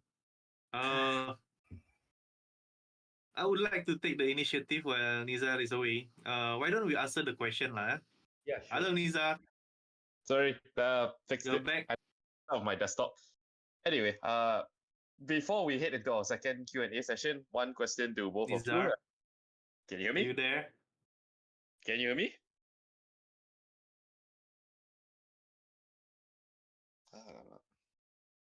Can you hear me? Off again. I Maybe Dennis, you can shoot a question first. We answer while Lisa comes back on board. okay. I go look for this kind of question from the Slido. I think the first one from Anonymous, how to handle toxic workplace and college. I think we already answered this. Yeah. The second question, any tips to work ideally as remote worker? We also kind of answered this. Correct. The third one, I think is quite interesting. May I know I have stopped my maths act due to these people thought I'm crazy. And as I'm being in new workplace, I just cannot really get myself in the focus. So if I'm quitting myself, my current job, I would be broke. But as I'm staying, this is way too hard for me to get myself being me. As I can say, kat luar negara, some do even pay their workers or even giving rehab so they would get better. Tell me, how can we face this? So what's the main? Yeah, I think this is You asked a question. There's a lot of quite a big question. quite expensive. He want to go off his meds. Is it something like that? Meds, medication. He stopped the medication because he thinks that people thought he's crazy. Okay. That's why. Again, that's a sheer stupidity. I'm sorry for my language. Stupid. Don't be stupid. Yeah. We cannot be stupid. Our doctors, the research on the psychology is so advanced, started in Germany. Now, let me tell you this. The doctor who gave you the medication cannot be a mad doctor, cannot be a quack doctor. When you take the medication, they're bound to be side effect. I don't know what medication he's taking. Could be Xanax, could be for mild depression, could be SSRI, SNRI, MOA, man, so many type medication, so many problems. No problem. You have to follow the course. I took the antidepressant nearly 5 months. I have no choice. The side effects are there. People will say you're crazy. Like I was nauseating. When I was taking the antidepressant, I feel nausea. Sometimes I have low mood, but but I sleep very late, but it helped me to reduce my panic attack and save my life. So I think the first thing first, just because someone tells you stop the medication and he's not a professional, he's not a doctor, you listen to him, then then then what can we say about you? My advice to you, I beg you, if the medications doctor says 6 months, try it out. Monthly meet the doctor. Doctor, the medication is not helping, or what? I mean, people cannot call you crazy. Crazy means gila. Orang tak boleh panggil you gila. Saya murung, saya gila ke? Orang gila, dia buka baju jalan tengah jalan. Itu lain. Itu dah kena snap. Dia bukan gila. Dia mungkin is going through severe stress. There's some gila-gila keluar. They call it psychotic, psychosis, or some hallucination talking. These are normal because he's going through extreme stress. The medication is there to reduce the stress synthetically. Your chemicals, serotonin, GABA, glutamate, oxytocin are not working right because of the stress, and you're not eating right. So the chemical synthetic helps you to balance, stopping you from jumping off the building. So my advice is this. If you're on medication, if you really want to stop, maybe it doesn't work for you, see the doctor. They have other types of medications. They will change it. They'll try it for you 3 months, until what works for you.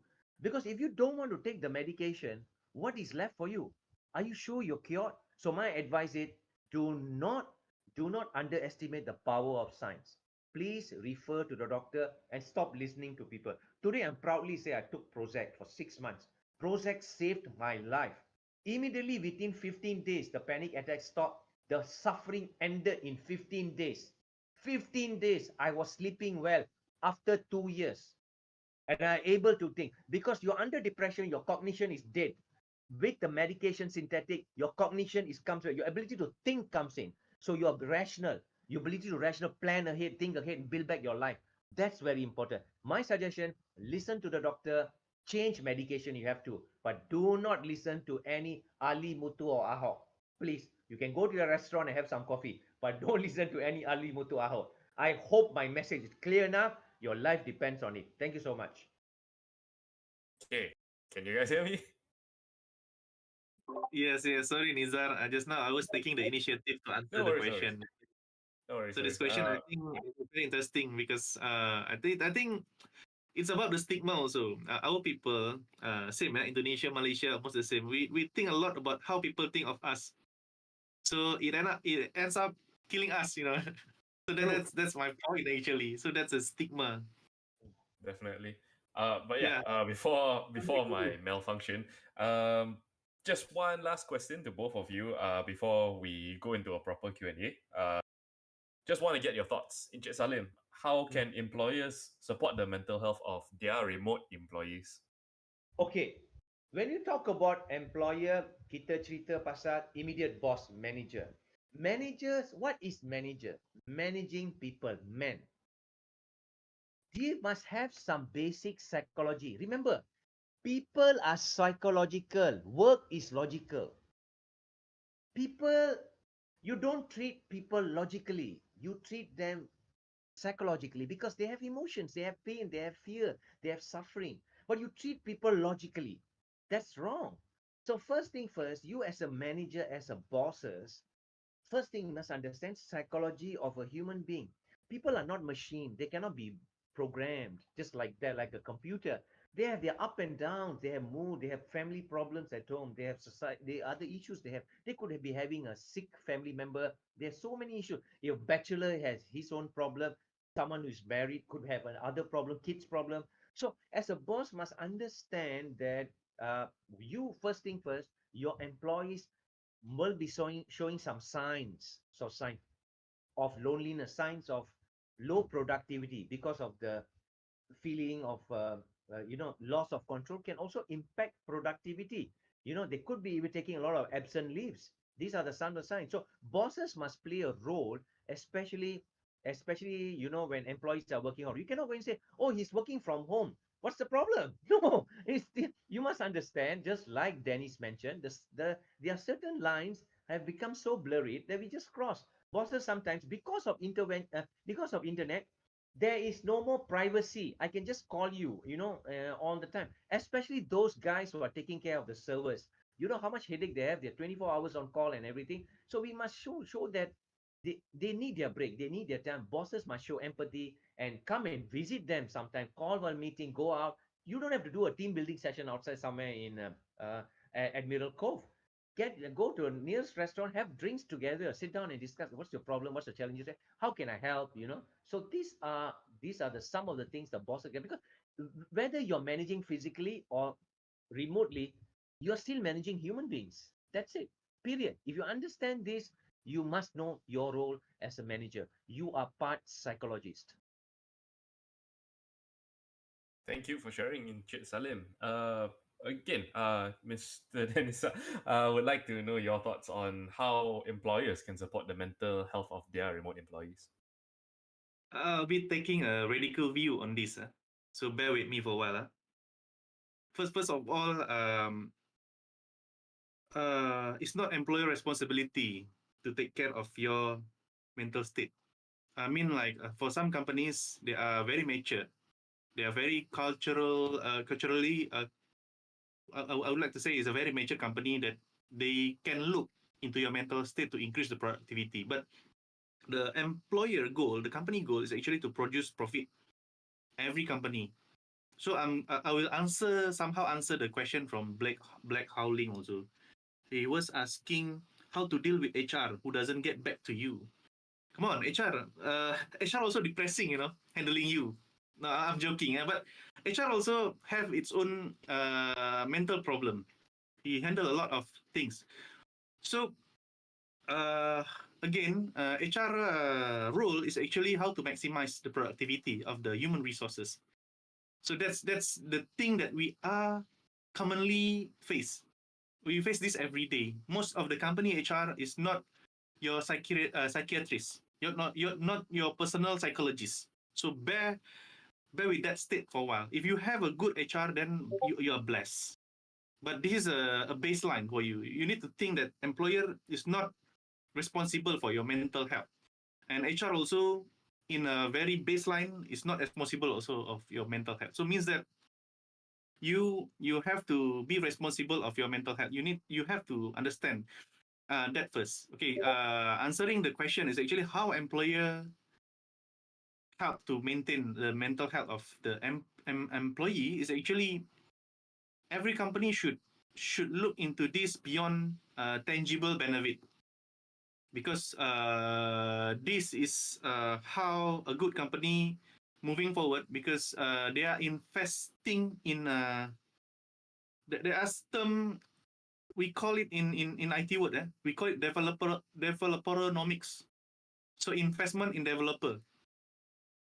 So it's actually going beyond a productivity. It's actually going also in the sense of relationship, how to mentally communicate with developer, how to build communication in a positive manner with your developer, with your people, with your employee, in a way that the trust is there for the longest time, if possible forever. So this a company should look at. So the company should look beyond the tangible profit, because it's not only helping the company, but it also helping the people. So company need to come with a mission that is not only helping itself but also helping the universe, helping its people. So it's coming back into the company pillar or company culture, how they want to move forward. You are building a company, the employee building a company, and how you want to affect the people within or surrounding the environment. So that's my thought on it. Thanks, Denisa, for your thoughts.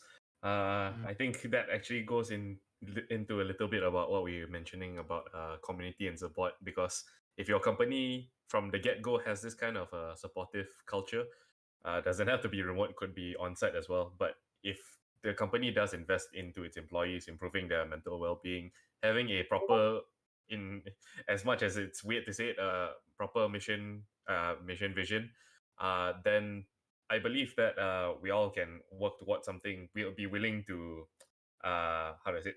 We'd be willing to not just sacrifice, but also like take more time off, because everyone is like on the same page.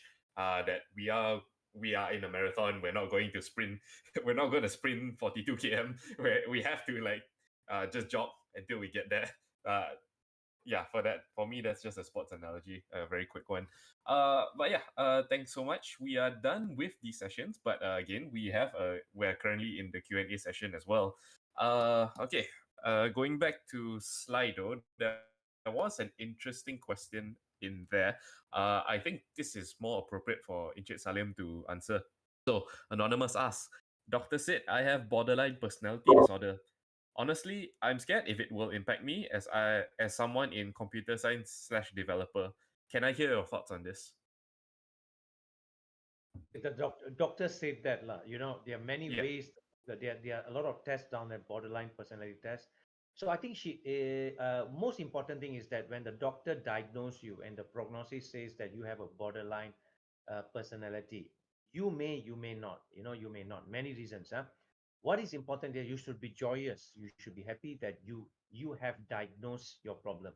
When you want to win a battle, you must know what is the problem. So the first step is that if you have been identified with a borderline personality, what is important? Need to seek the doctor's advice. What should I do? What should I do to to manage my life now? Because it will be no longer business as usual. And the same part also, same time, you know what you're having. That's the best part. There's a depression also the same. I still have there will be no full recovery from depression. I still have my dark days. But the best part, you know what, Nisa and Denison, I know what it is. I know what it is. So I live with it.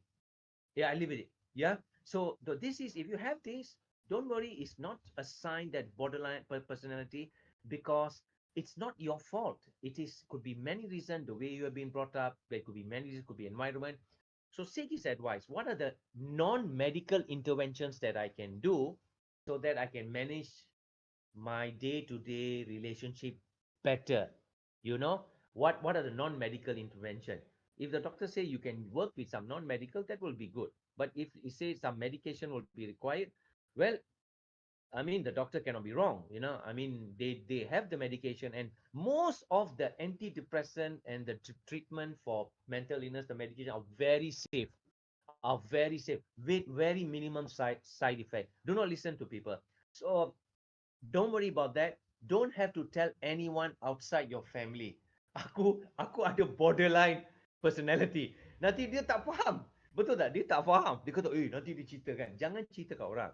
Sebab dia Asia, you tak boleh cerita. Sebab dia cerita, dia cepat label. You work with a doctor, see what you can do. No need to tell even your parents. Sometimes our parents are the biggest negative people, because our parents are traditional. You must tell even your parents, sorry, minta maaf, you mak bapak saya hormat. Tapi ini zaman tak sama macam zaman you. Sebab zaman you lain. Sekarang zaman teknologi. Sorry, this part I have to listen to doctor. Because your parents must say, ini benda kecil. Dulu masa aku muda macam kau, mana ada masalah. Dulu mana ada internet. Dulu mana ada macam-macam masalah. Dulu mana ada perang. Dulu lain. Sekarang lain.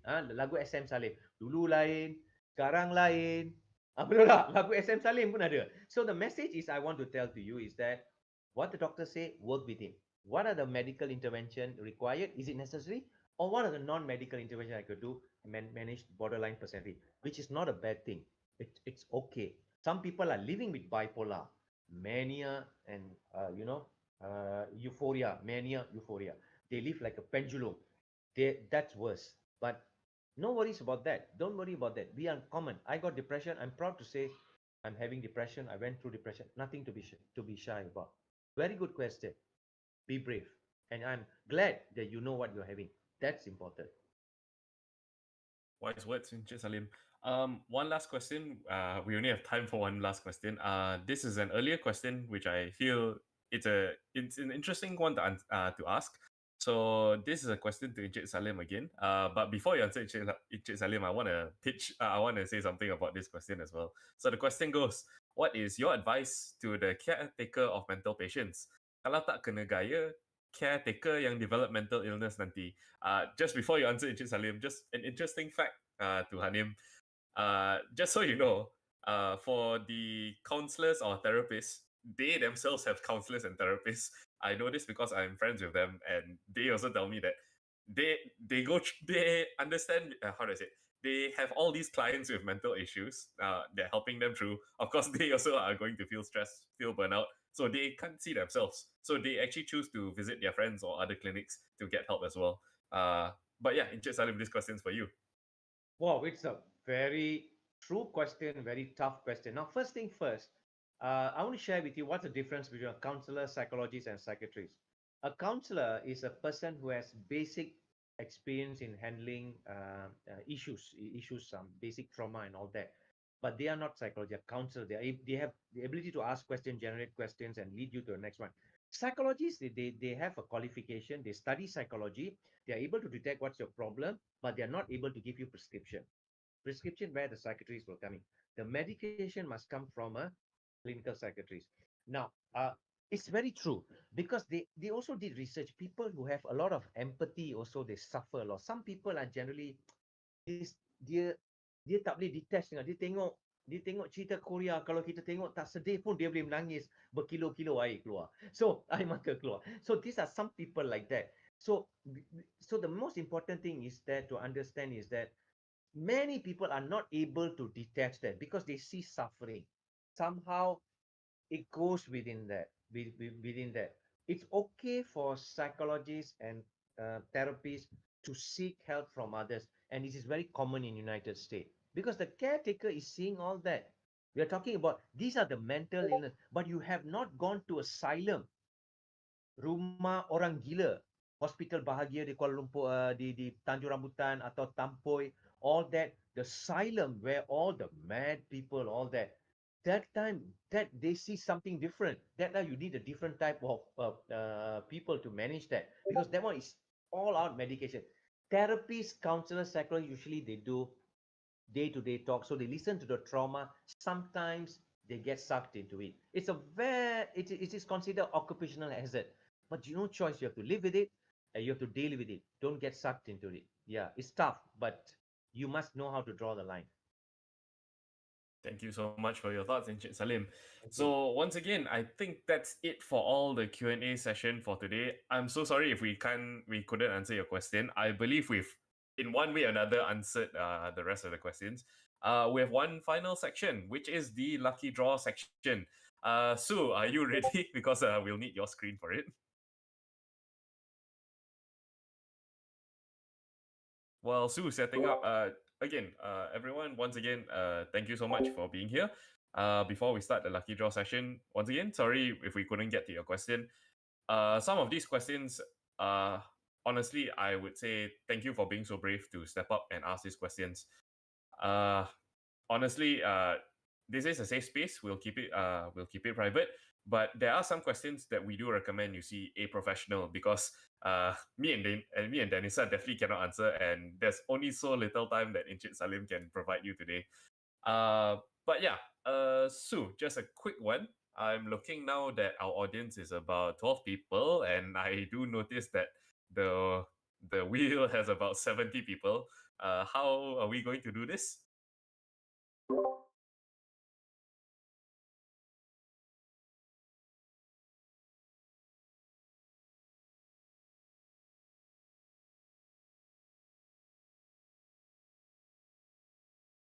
Okay, this might take a while, so I will keep an eye. I'll keep an eye. Okay, Sue. When you're ready, you can start spinning the wheel.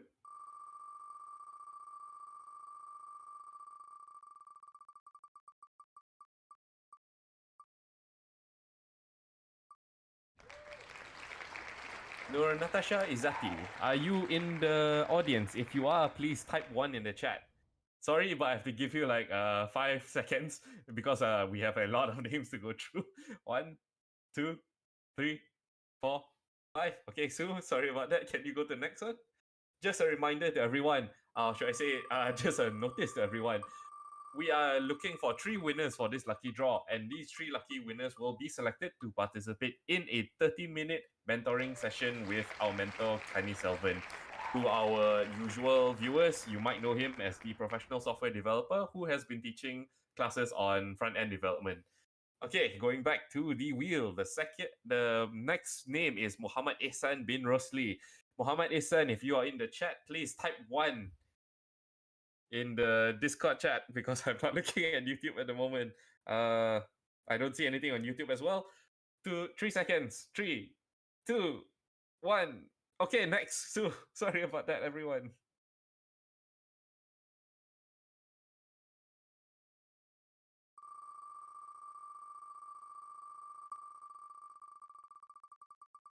I think right, Sue. Actually, Sue, I have an idea, but before that, Mr. Abdul Azim, are you in the chat? If you are, please type 1. I'll give you 5 seconds. 5, 4, 3, 2, 1. Okay. Before you spin one more time, just to make this easier. For everyone in the audience, the 13 of you left. Some of you are outside of Crenovator, some of you are software developers within Crenovator. For those that are interested to partake in our lucky draw, please type 1 in the chat so that we can just put your name and then don't have to go through 70 other names. Okay, I got a Black Howling and Yeki.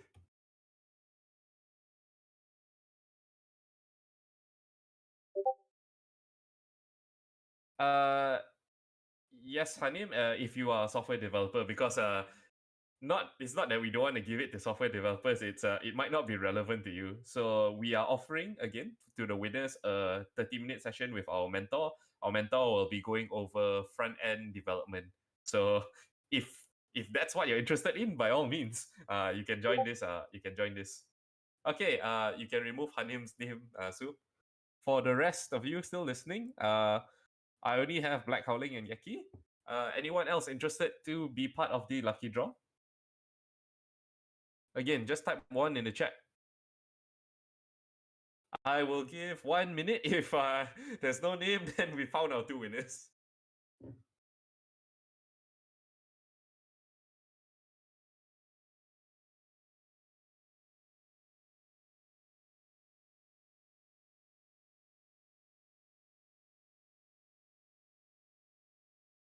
Oh, wait. One more name. There's an Ocean. Yeah, there's one more name on YouTube. Ocean.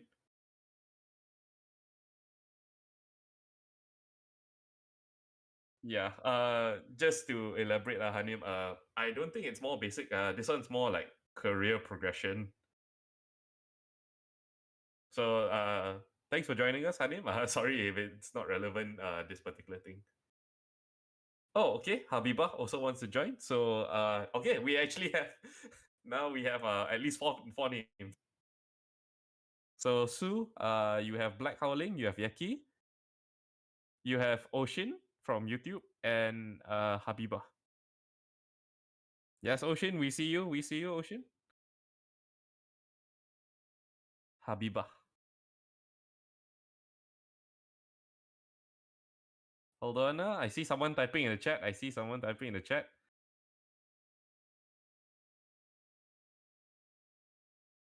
Okay, guys, like because we're technically almost running out of time. I don't want to hold you guys until like 11. So I'll give you guys like 1 to 2 more minutes. If you're interested, please type 1 in the chat. If you're not interested, it's okay. We can just start spinning. So once again, 1 to 2 minutes. By 10:44, we already have to start spinning.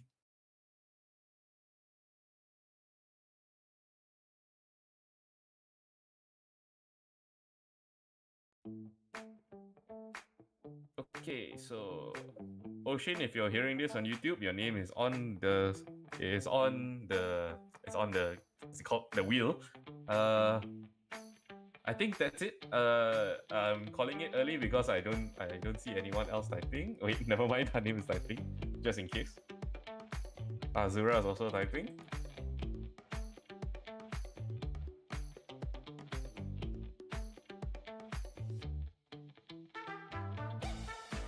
No worries, Anim.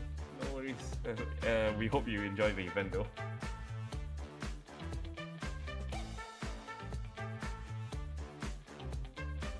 Once again, if you're interested, just type 1. If not, I think... Waalaikumsalam, Hanim. Okay, and... Okay lah, so I think that's it.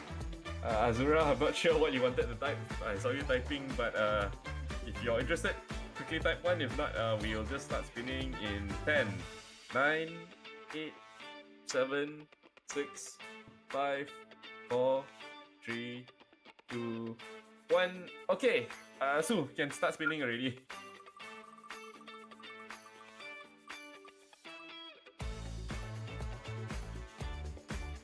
Okay, congrats. Our first winner for the lucky draw is Ocean. Ocean, just a quick one before we move on to the next one. Ocean, make sure you are in our Discord group or leave your contact details in the YouTube chat so we can reach out to you and schedule you the session. Okay, moving on. Let's see who's our second lucky winner.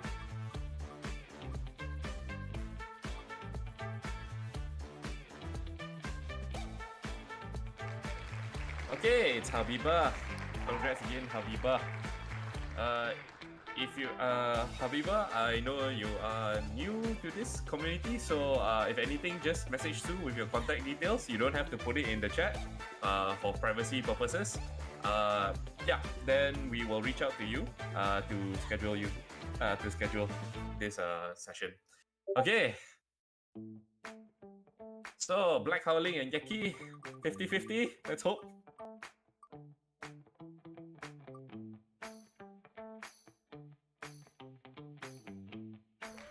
All right, the winner is Black Howling. But, Sue, I'm just curious. Can you make an exception for Yeki? Because there was only four participants in this. Can you make an exception and put 4 winners?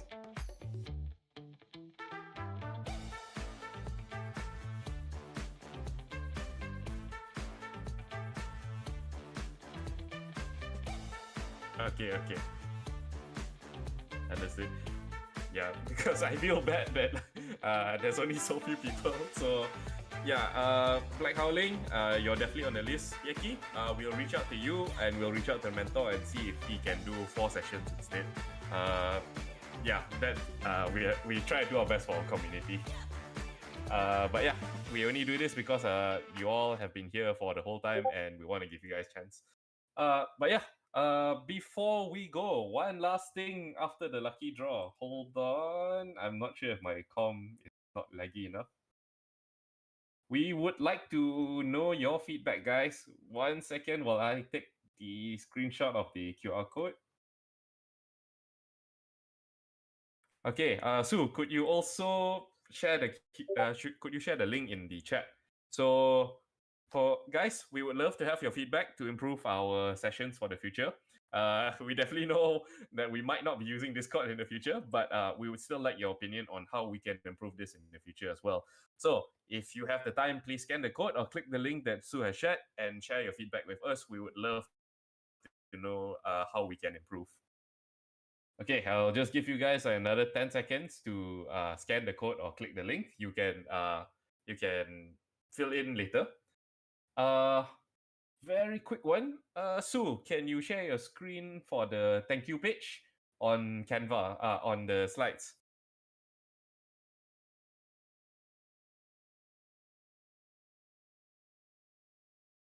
We would like to thank again everyone that has attended, especially the 9 that are still here, because we have one last surprise for you. And it's about our speakers today. as soon as the slides come up. Hopefully it comes up. Worst case, actually. So never mind. I think I can. If it's loading, yeah, you can go to the last page too.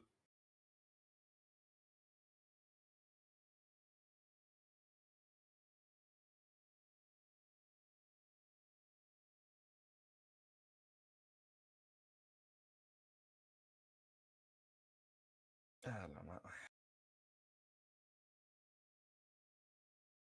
Okay, sorry, my screen went blank for a moment.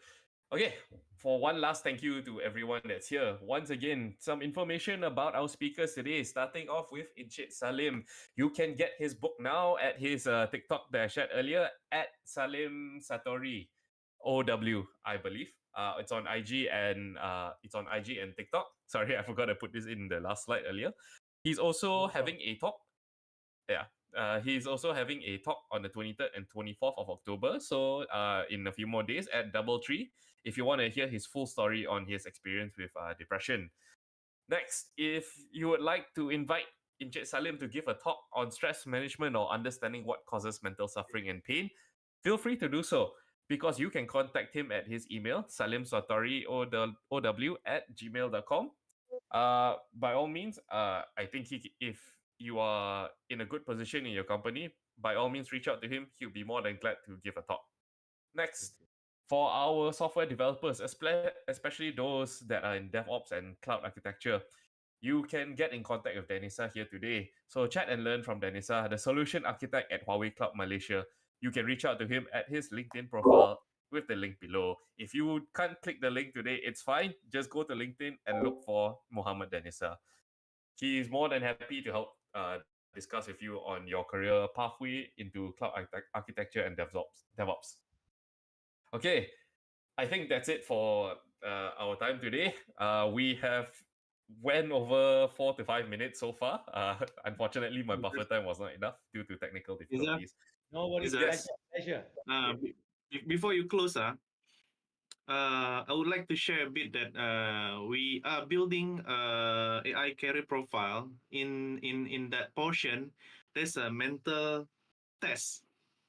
So I think the audience can have a test on that feature to understand what state of your mental right now, whether you are in a dangerous condition. There's a questionnaire in the AI career profile that the audience right here can have a look and test and to see where you are now in terms of mental state. Yep. So I think it's a very good thing. Yep. Just to repeat what Denisa said, I believe I've shared it in the beginning. At Crenovator, we have created a new product called the AI Career Profile. It's to actually help you to match you with companies, be it local or international. But one key feature I forgot to mention is that on this career profile, when you are filling it out, it does have a mental health test. Now, does it substitute for a professional? No. We still recommend that you visit a professional to get a proper diagnosis, but it is based on an available test that will give you at least some inclination on where you are. So if it's really really high, then we recommend that if you score really really high on something like stress or anxiety, we recommend you see a professional to get it properly diagnosed. Before we end, Habiba asks how to get AI career profile. Head over to app.crenovator.io, create a profile and verify it, and then once you log in, you can take the AI career profile questionnaire, and it's available for all of you. It's available for free. Yes, thanks for Denisa for reminding me about that. Encik Salim, any final words before we end tonight? I would take this opportunity to thank. I didn't know Discord existed until I got to know you guys from Crenovator. I want to thank everyone at Crenovator, especially Sue. She has been dealing with me so professionally, updating me, teaching me how to use all these new technology. I'm so happy, so grateful. I want to thank everyone who attended this program at Crenovator, and also Mr. Denison himself. I learned a lot also from him. That remember that this is a first step for you to learn and educate yourself, because at the end of the day, you can help your family and your close friends. Help me destigmatize depression, please contact me or via Sue or Niza if you need me to conduct some stress management program or some light talks in your organization or even heavy talks. Again, thank you so much, Renovator. Thank you, Encik Salim. Thank you, Denisa. And once again, thank you to the audience. And if you are honestly looking for professional treatment, we have shared the mental health resources earlier in the chat. So, by all means, if you feel you need help, do not hesitate. Please visit one of these clinics. Or if you would like to learn more, visit the YouTube channel that we shared. He is a professional clinical psychologist, if I'm not mistaken, based in the US, who helps gamers with their mental health disorders. And not only that, you might not be a gamer, but you can still benefit from it. And yes, thank you so much once again to everyone. I'm sorry that we went like 10 minutes over time, but once again, thank you so much and have a great evening. Have a great weekend. See you all next time. Thank you, Niza. Thank you, everyone. Thank you, Mr. Nizar. Salim. Thank you, Nizar. Pleasure. Sure. Thank you. I really had a great time today. Great time. Fantastic. Thank you. Very good questions. Good night, everyone. Good night.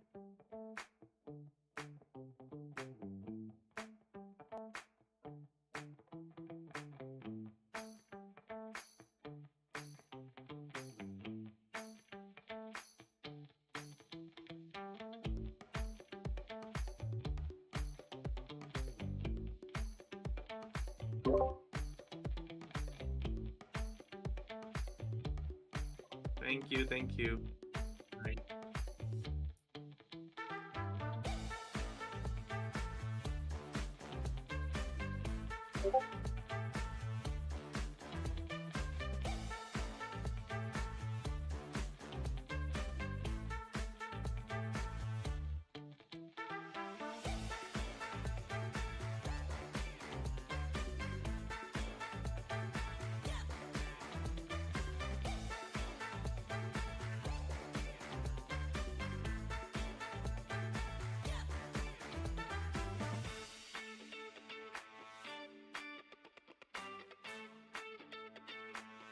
Bye.